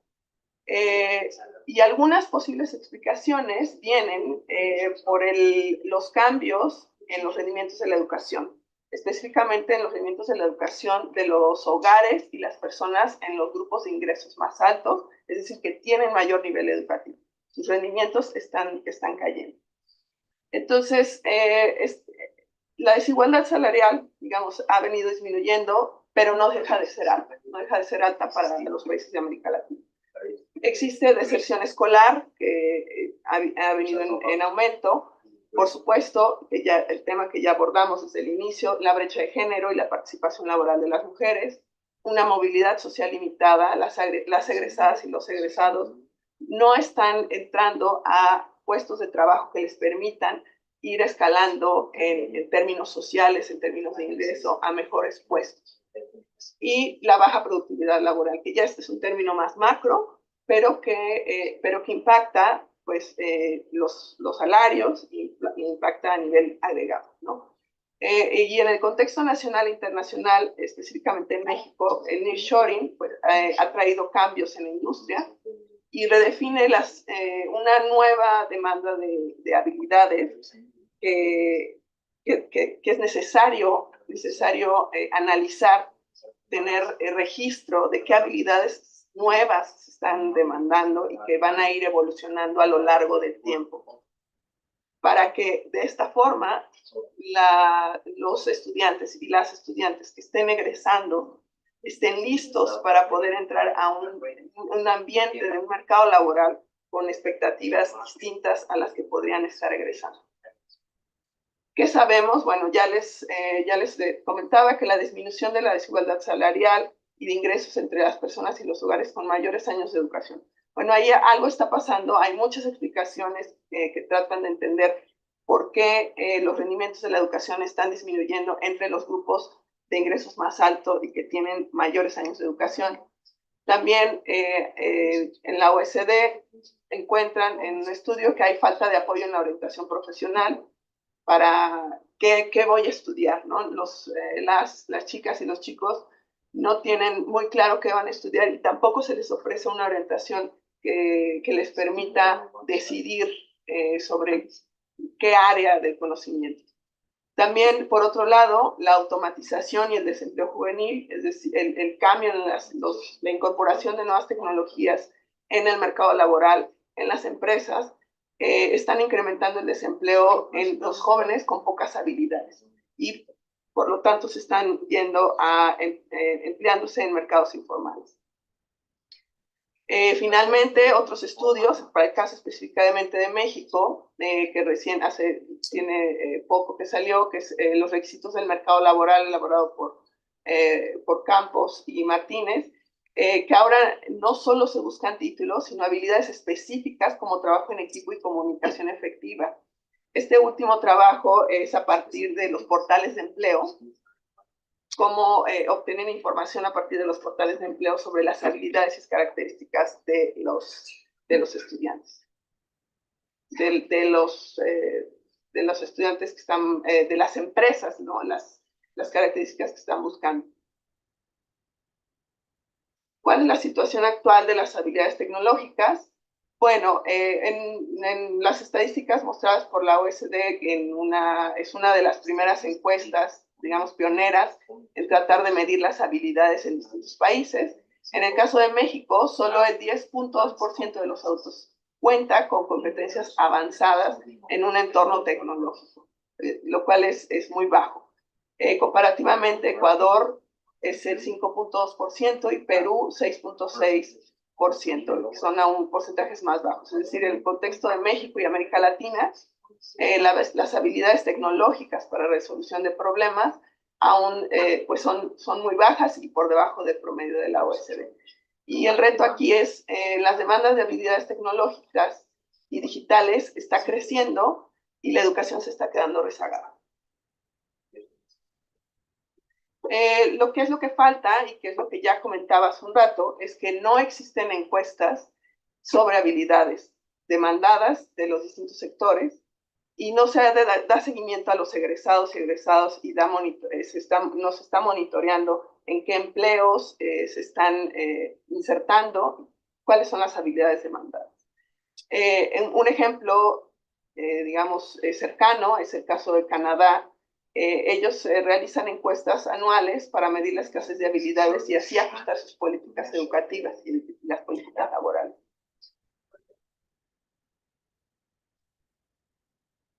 ¿Qué es lo que falta en el caso de México y que es aquí donde está repetido?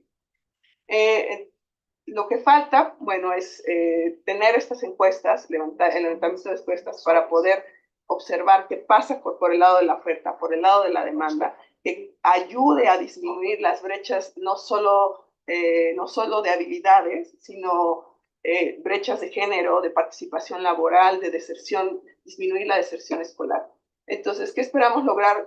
Lo que espero lograr con este trabajo es identificar las brechas de habilidades que permitan diseñar políticas educativas efectivas, porque mucho del trabajo que se ha hecho es con las empresas, identificar cuáles son las habilidades que no logran encontrar en el mercado laboral y entonces cómo ajustar, digamos, su búsqueda de candidatas o candidatos. Y poco se hace para poder dar consejos o recomendaciones en términos de la política educativa. Es difícil, es complejo, pero creo que es necesario, sobre todo en el contexto tanto de México como de América Latina. En el caso de México, por el nearshoring y las nuevas tecnologías, la inteligencia artificial. Y por lo tanto es necesario medir y dar seguimiento digamos, a todas estas, a la movilidad de los estudiantes y saber a través de encuestas a los empleadores y también encuestas al sector educativo sobre las habilidades con las que están saliendo los estudiantes y las habilidades con las que se requiere el mercado laboral y qué tanto se empatan o no se empatan y cuáles son los ajustes que es necesario hacer por el lado de la política educativa para garantizar mejores salarios y empleos que les permitan movilidad social, ¿no? O sea, no solo ajustar por ajustar para que empaten con el lado de la demanda, sino que estos empleos les garanticen una mayor movilidad social. Y para concluir, es la brecha de habilidades, como ya les comentaba, tiene impactos a nivel social y económico y es necesario establecer y diseñar una política educativa que ayude a cerrar estas brechas, que de alguna forma contribuirá a disminuir las brechas, no solo las brechas de habilidades, las brechas de salario, las brechas educativas, de participación de las mujeres. Y con políticas educativas basadas en datos, en información consistente y en evidencia, es posible tener no sé, unos estudiantes y estudiantes egresados y egresadas con una mayor habilidad para integrarse en el mercado laboral. Entonces, bueno, esto es, solo les quería platicar, creo que se empata mucho con los temas que se vieron en las mesas. claro, en una etapa mucho más avanzada, que es en el mercado laboral, pero bueno, es todo, y ahora sí abro para preguntas, comentarios del público, los ponentes.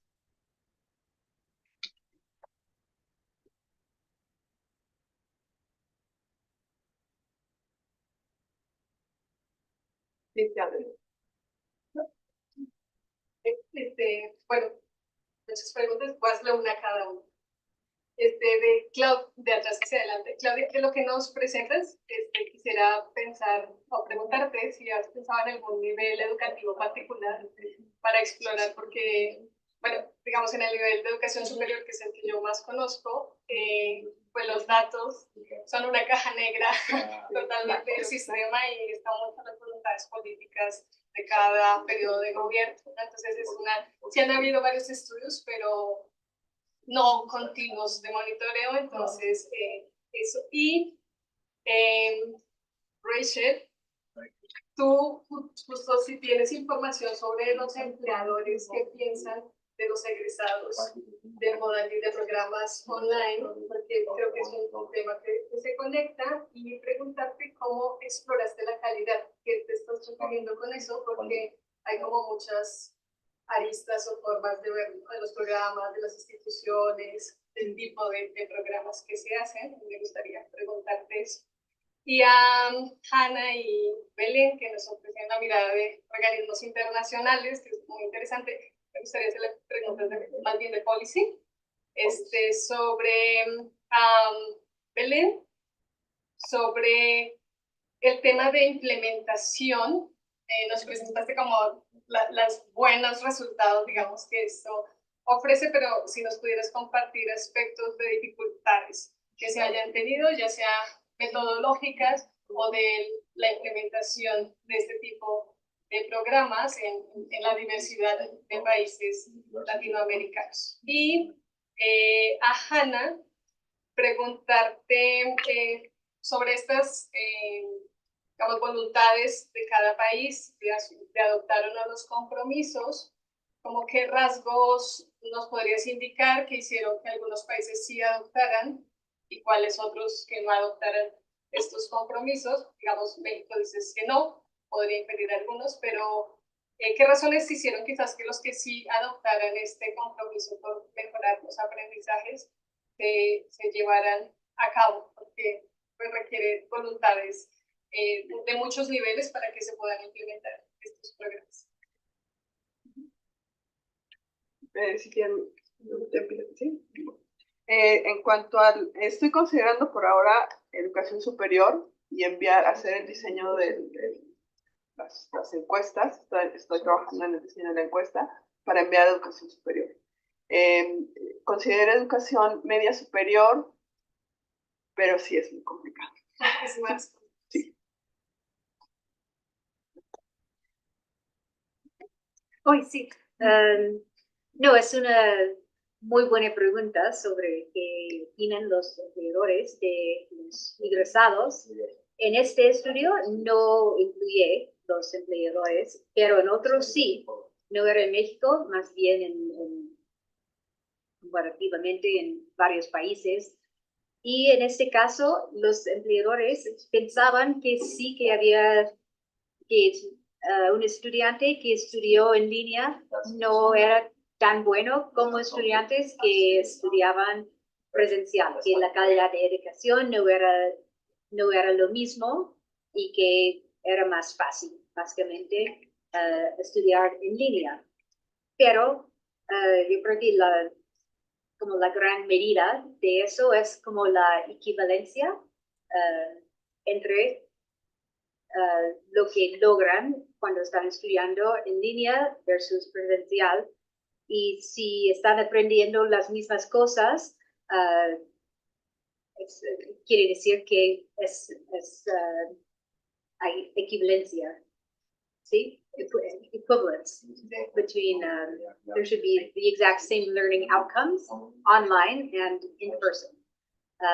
Así que, pero hablando con los líderes, era interesante porque hay muchos que dicen que a lo mejor ellos también tienen la opinión, que es las materias que se imparten en línea, es un poco más o menos exigente que los credenciales.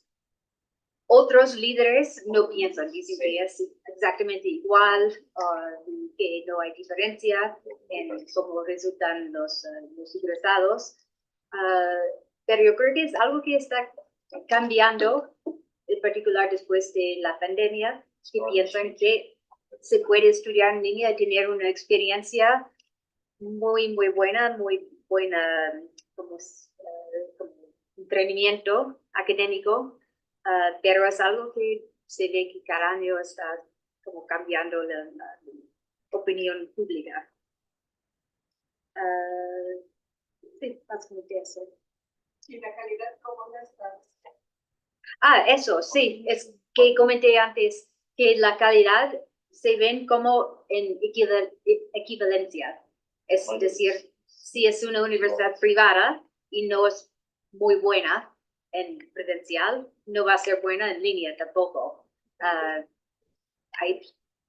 Pero si es una universidad o institución de educación superior que tiene buena calidad de educación presencial, pues la calidad de la educación en línea debe ser igual. Igual cuando hay universidades que tienen como centros en varias ciudades, como, bueno, CIDE tiene su centro en Aguascalientes, y en teoría estudiar allá debe ser exactamente igual como estudiar en este campus del CIDE. Y es igual con los modos de educación, que debe ser como la medida igual de calidad. Bueno, con respecto a, creo que había dos preguntitas más, ¿no? Con respecto a lo que comentabas de la implementación en territorio, bueno, aprovechando que en el panel anterior se habló un poco de los desafíos que implican, y además de los pilotos y también las evaluaciones de impacto que muchas veces están asociadas, si quieres te cuento un poco más de lo que fue el escalar este programa. Que creo que ese siempre es uno de los desafíos y como bien decía Rachael en su presentación, las tecnologías y la virtualidad a veces nos traen algunas oportunidades en términos de costos, y eso fue un poco lo que se aprovechó en este programa. Entonces el programa se impartía por televisión y los mensajes de estimulación y los nudges se enviaban por WhatsApp o mensajes de texto. Entonces eso es lo que permitió realmente escalar de manera a las dimensiones que les comentaba, ¿no? En 11 países de este programa. Pero trae todos los desafíos que cuando se hizo a piloto, sí había también instancias que tenían mucho que ver con la interacción que podía tener ya sea el maestro con los niños o también las familias con el entorno educativo, ¿no? Entonces sí creo que uno de los grandes desafíos de implementación y de escalar este tipo de iniciativas tiene que ver mucho con la inversión que también cada país está dispuesta a hacer para que lo digital se complemente con eso otro más del contacto humano que también tiene mucho valor, ¿no? De hecho, aquí en México estamos haciendo un programa, que vamos a contar los resultados pronto, que tiene que ver justamente con la estimulación temprana de la lectoescritura, y estamos haciendo 3 grupos, o sea, la evaluación se dividió en 3 grupos para que justamente podamos evaluar lo que creemos que es la versión más escalable del programa, ¿no? Donde son costos menores, existentes, los de una persona humana que pueda dar respuesta y acompañamiento a las familias o a los docentes, pero en una escala pequeña que permita luego, o sea, que los costos esos tengan posibilidad de ser escalados para ofrecerlos en un estado completo, por ejemplo. Así que sí, yo creo que si fuera uno de los puntos a destacar de los desafíos, creo que tiene que ver con esta combinación entre que muchas veces la tecnología nos ayuda a escalar, pero también necesitamos ese componente humano que acompañe estas implementaciones. Hanna, no sé si tú quieras. Sí, gracias. Es una buena pregunta. No creo que, no sabría, ¿no? No sabría por qué 63 de los 193 países no se sumaron. Puedo hacer unas suposiciones de México. Ustedes seguro, ¿no?, habrán observado, inclusive en educación superior, el alejamiento del gobierno anterior con la comunidad internacional, ¿no? Inclusive la reducción de fondos de CONACYT para intercambios, ¿no? Para proyectos con otros países. Digamos, hubo un alejamiento del gobierno con Naciones Unidas. Inclusive tal vez han escuchado de las intenciones de México de salirse a las pruebas internacionales de educación como PISA. Entonces, bueno, creo que este sentimiento hacia la comunidad internacional, pues también se ve reflejado en esto. Otra suposición, y que no solo ha pasado en México, es si hay cierta resistencia a firmar este compromiso. Si tú firmas el compromiso a la acción para reducir la pobreza de aprendizajes al 50%, significa que tienes que saber cuál es tu línea base, ¿cierto? Tienes que saber cuántos niños están en pobreza de aprendizaje.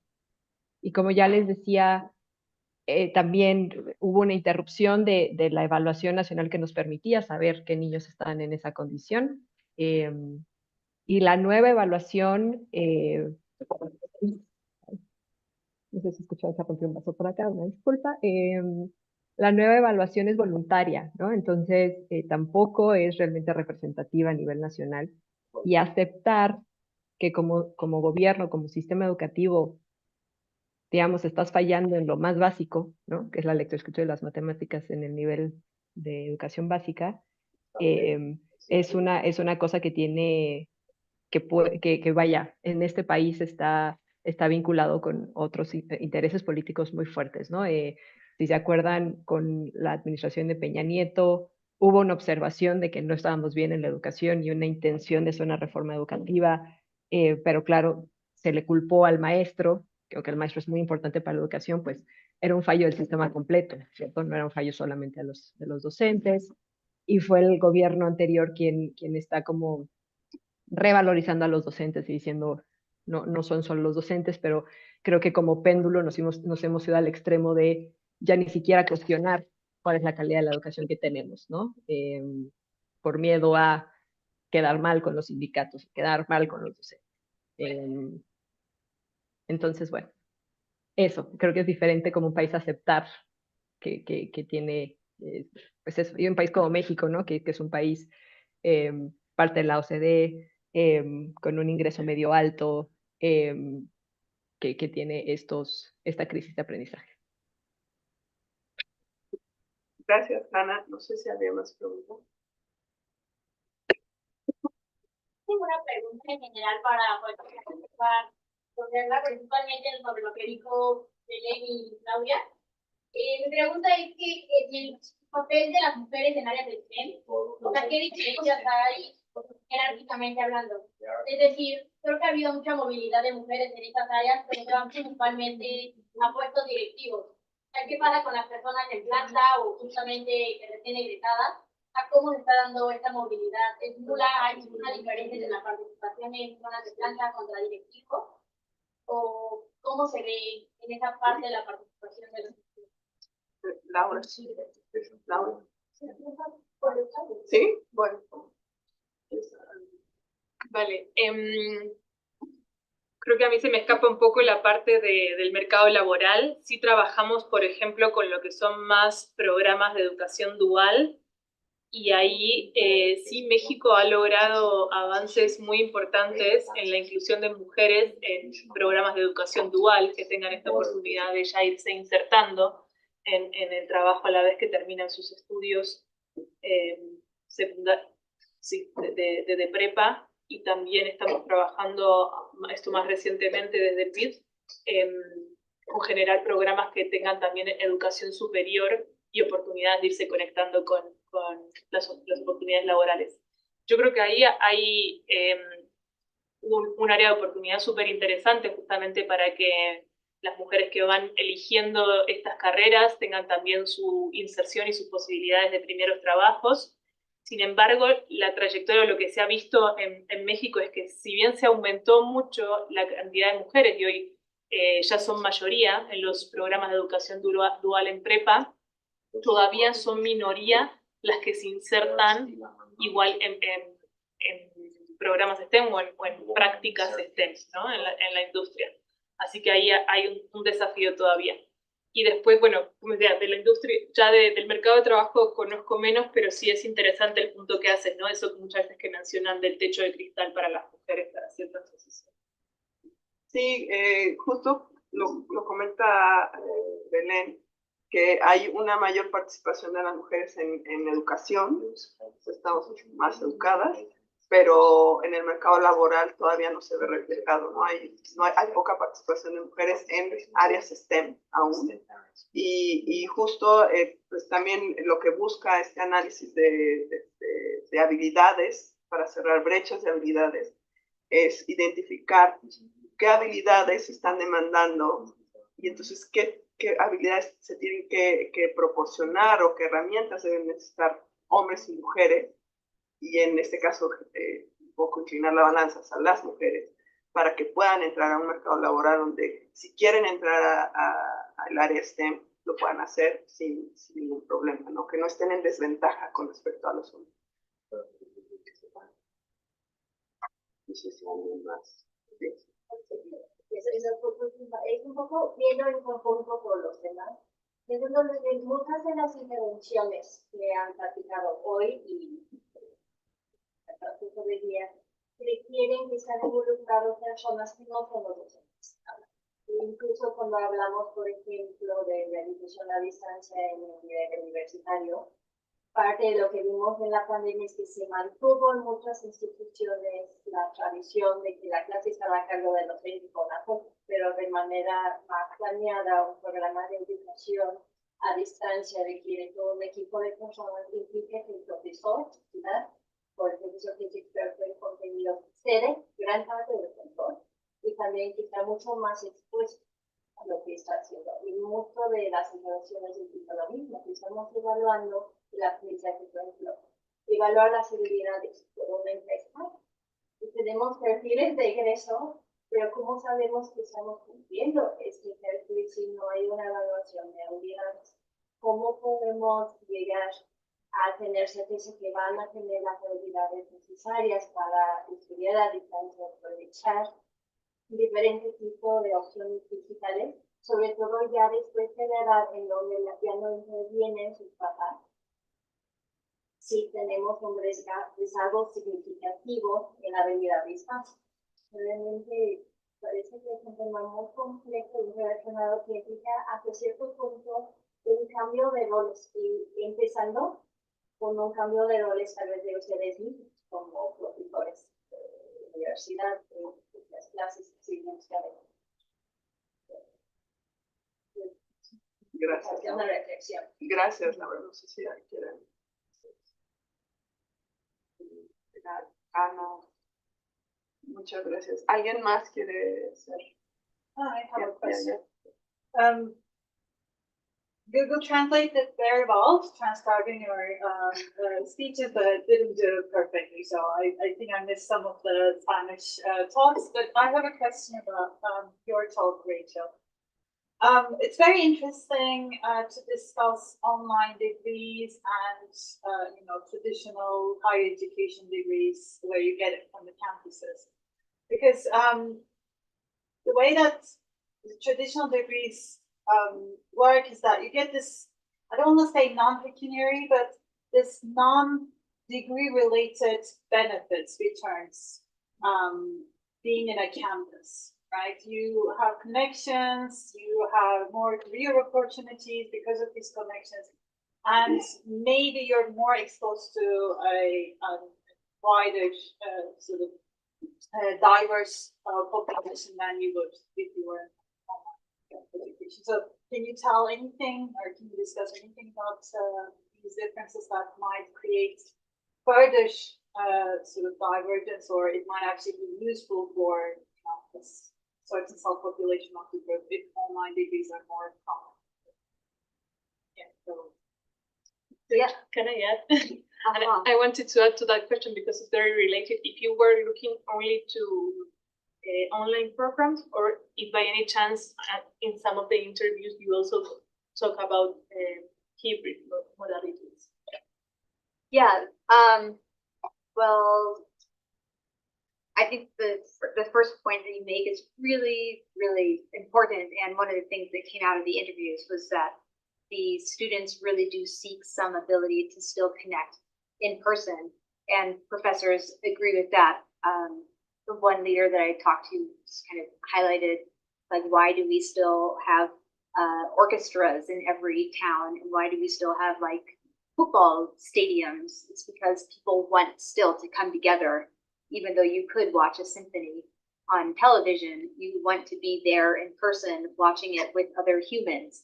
And there's something to that, as we are social animals and have our brains adapted to learning collaboratively and in the presence of other humans.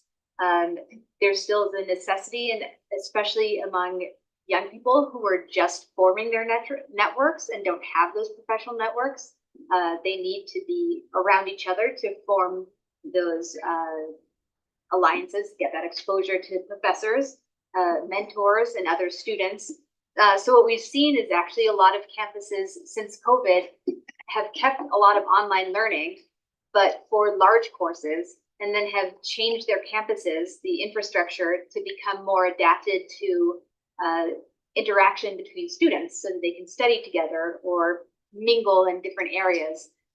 So I just had the opportunity to go to the Iberoamericana in Puebla, and they were showing me how they have a whole area that's called their serendipity area, where students are just supposed to hang out, and they actually have like a napping pod, which is a whole other thing that I think is great.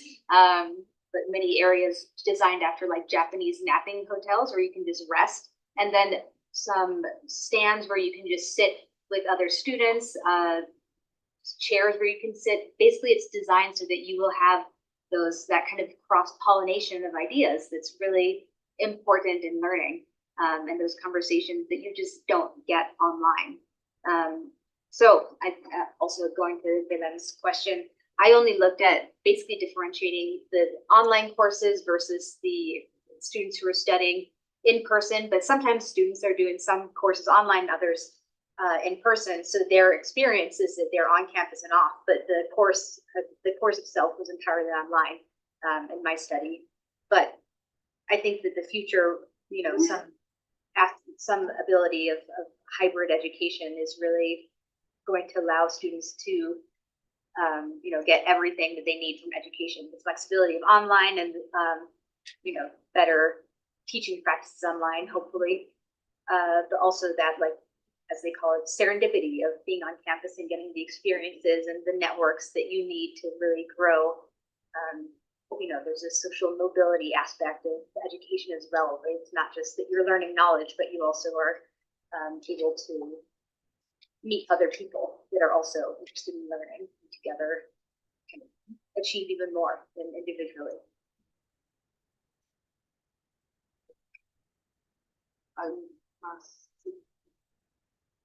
Also for Rachael, you mentioned AI, a possible negative, being able to see students who are struggling and maybe get them off of scholarships. Mm-hmm. Why would any professor do that instead of just helping them? Is that common for professors or for leaders of whoever's tracking the scholarships? Is that common? No, that's not common. And it wouldn't be a professor. I would say it would be more, like, to give an example, in the United States, there are some universities that were seen as taking advantage of students who would have to take out huge loans in order to study and then would not complete their degrees. And universities, in order to get government funding in the United States, need to have a certain percentage of students actually completing their degrees. And so they have incentive to make sure that students that are not going to graduate would just be kind of like kicked out early on in order to not influence their ability to gain like federal funding. That's an example from the US. And in Mexico, I can't talk of a particular case, but I could see like there's also the same issue where there's a lot of private universities that are like really low quality and aren't even public. They don't even have like official government recognition, and they're known as like diploma mills. They could just disappear overnight, and then suddenly the students are kind of out all of their money and have degree either. And so there's a lot of practices that are just done very unethically at these universities that are essentially diploma mills, where you would easily be able to use data from students to achieve the goal of the university, just to earn money and have profit, rather than looking at the educational success of the students. But I mean, I can't imagine that happening at CIDE, for example. But it's something you have to have measures in place to make sure that it doesn't.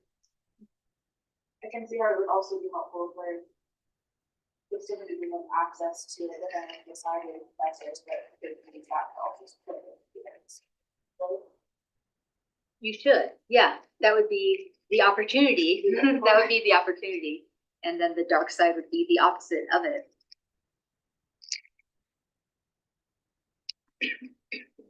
No hay más preguntas. Podemos cerrar este seminario. Les agradezco a los ponentes, a quienes vinieron presencial, a quienes se conectaron en las redes. Muchísimas gracias.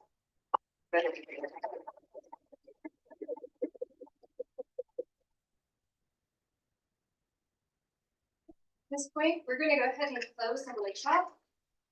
Vamos a cerrar el taller y quiero agradecer a todos por su participación, su dedicación de estar aquí. I want to thank everyone for your participation and your dedication to being here.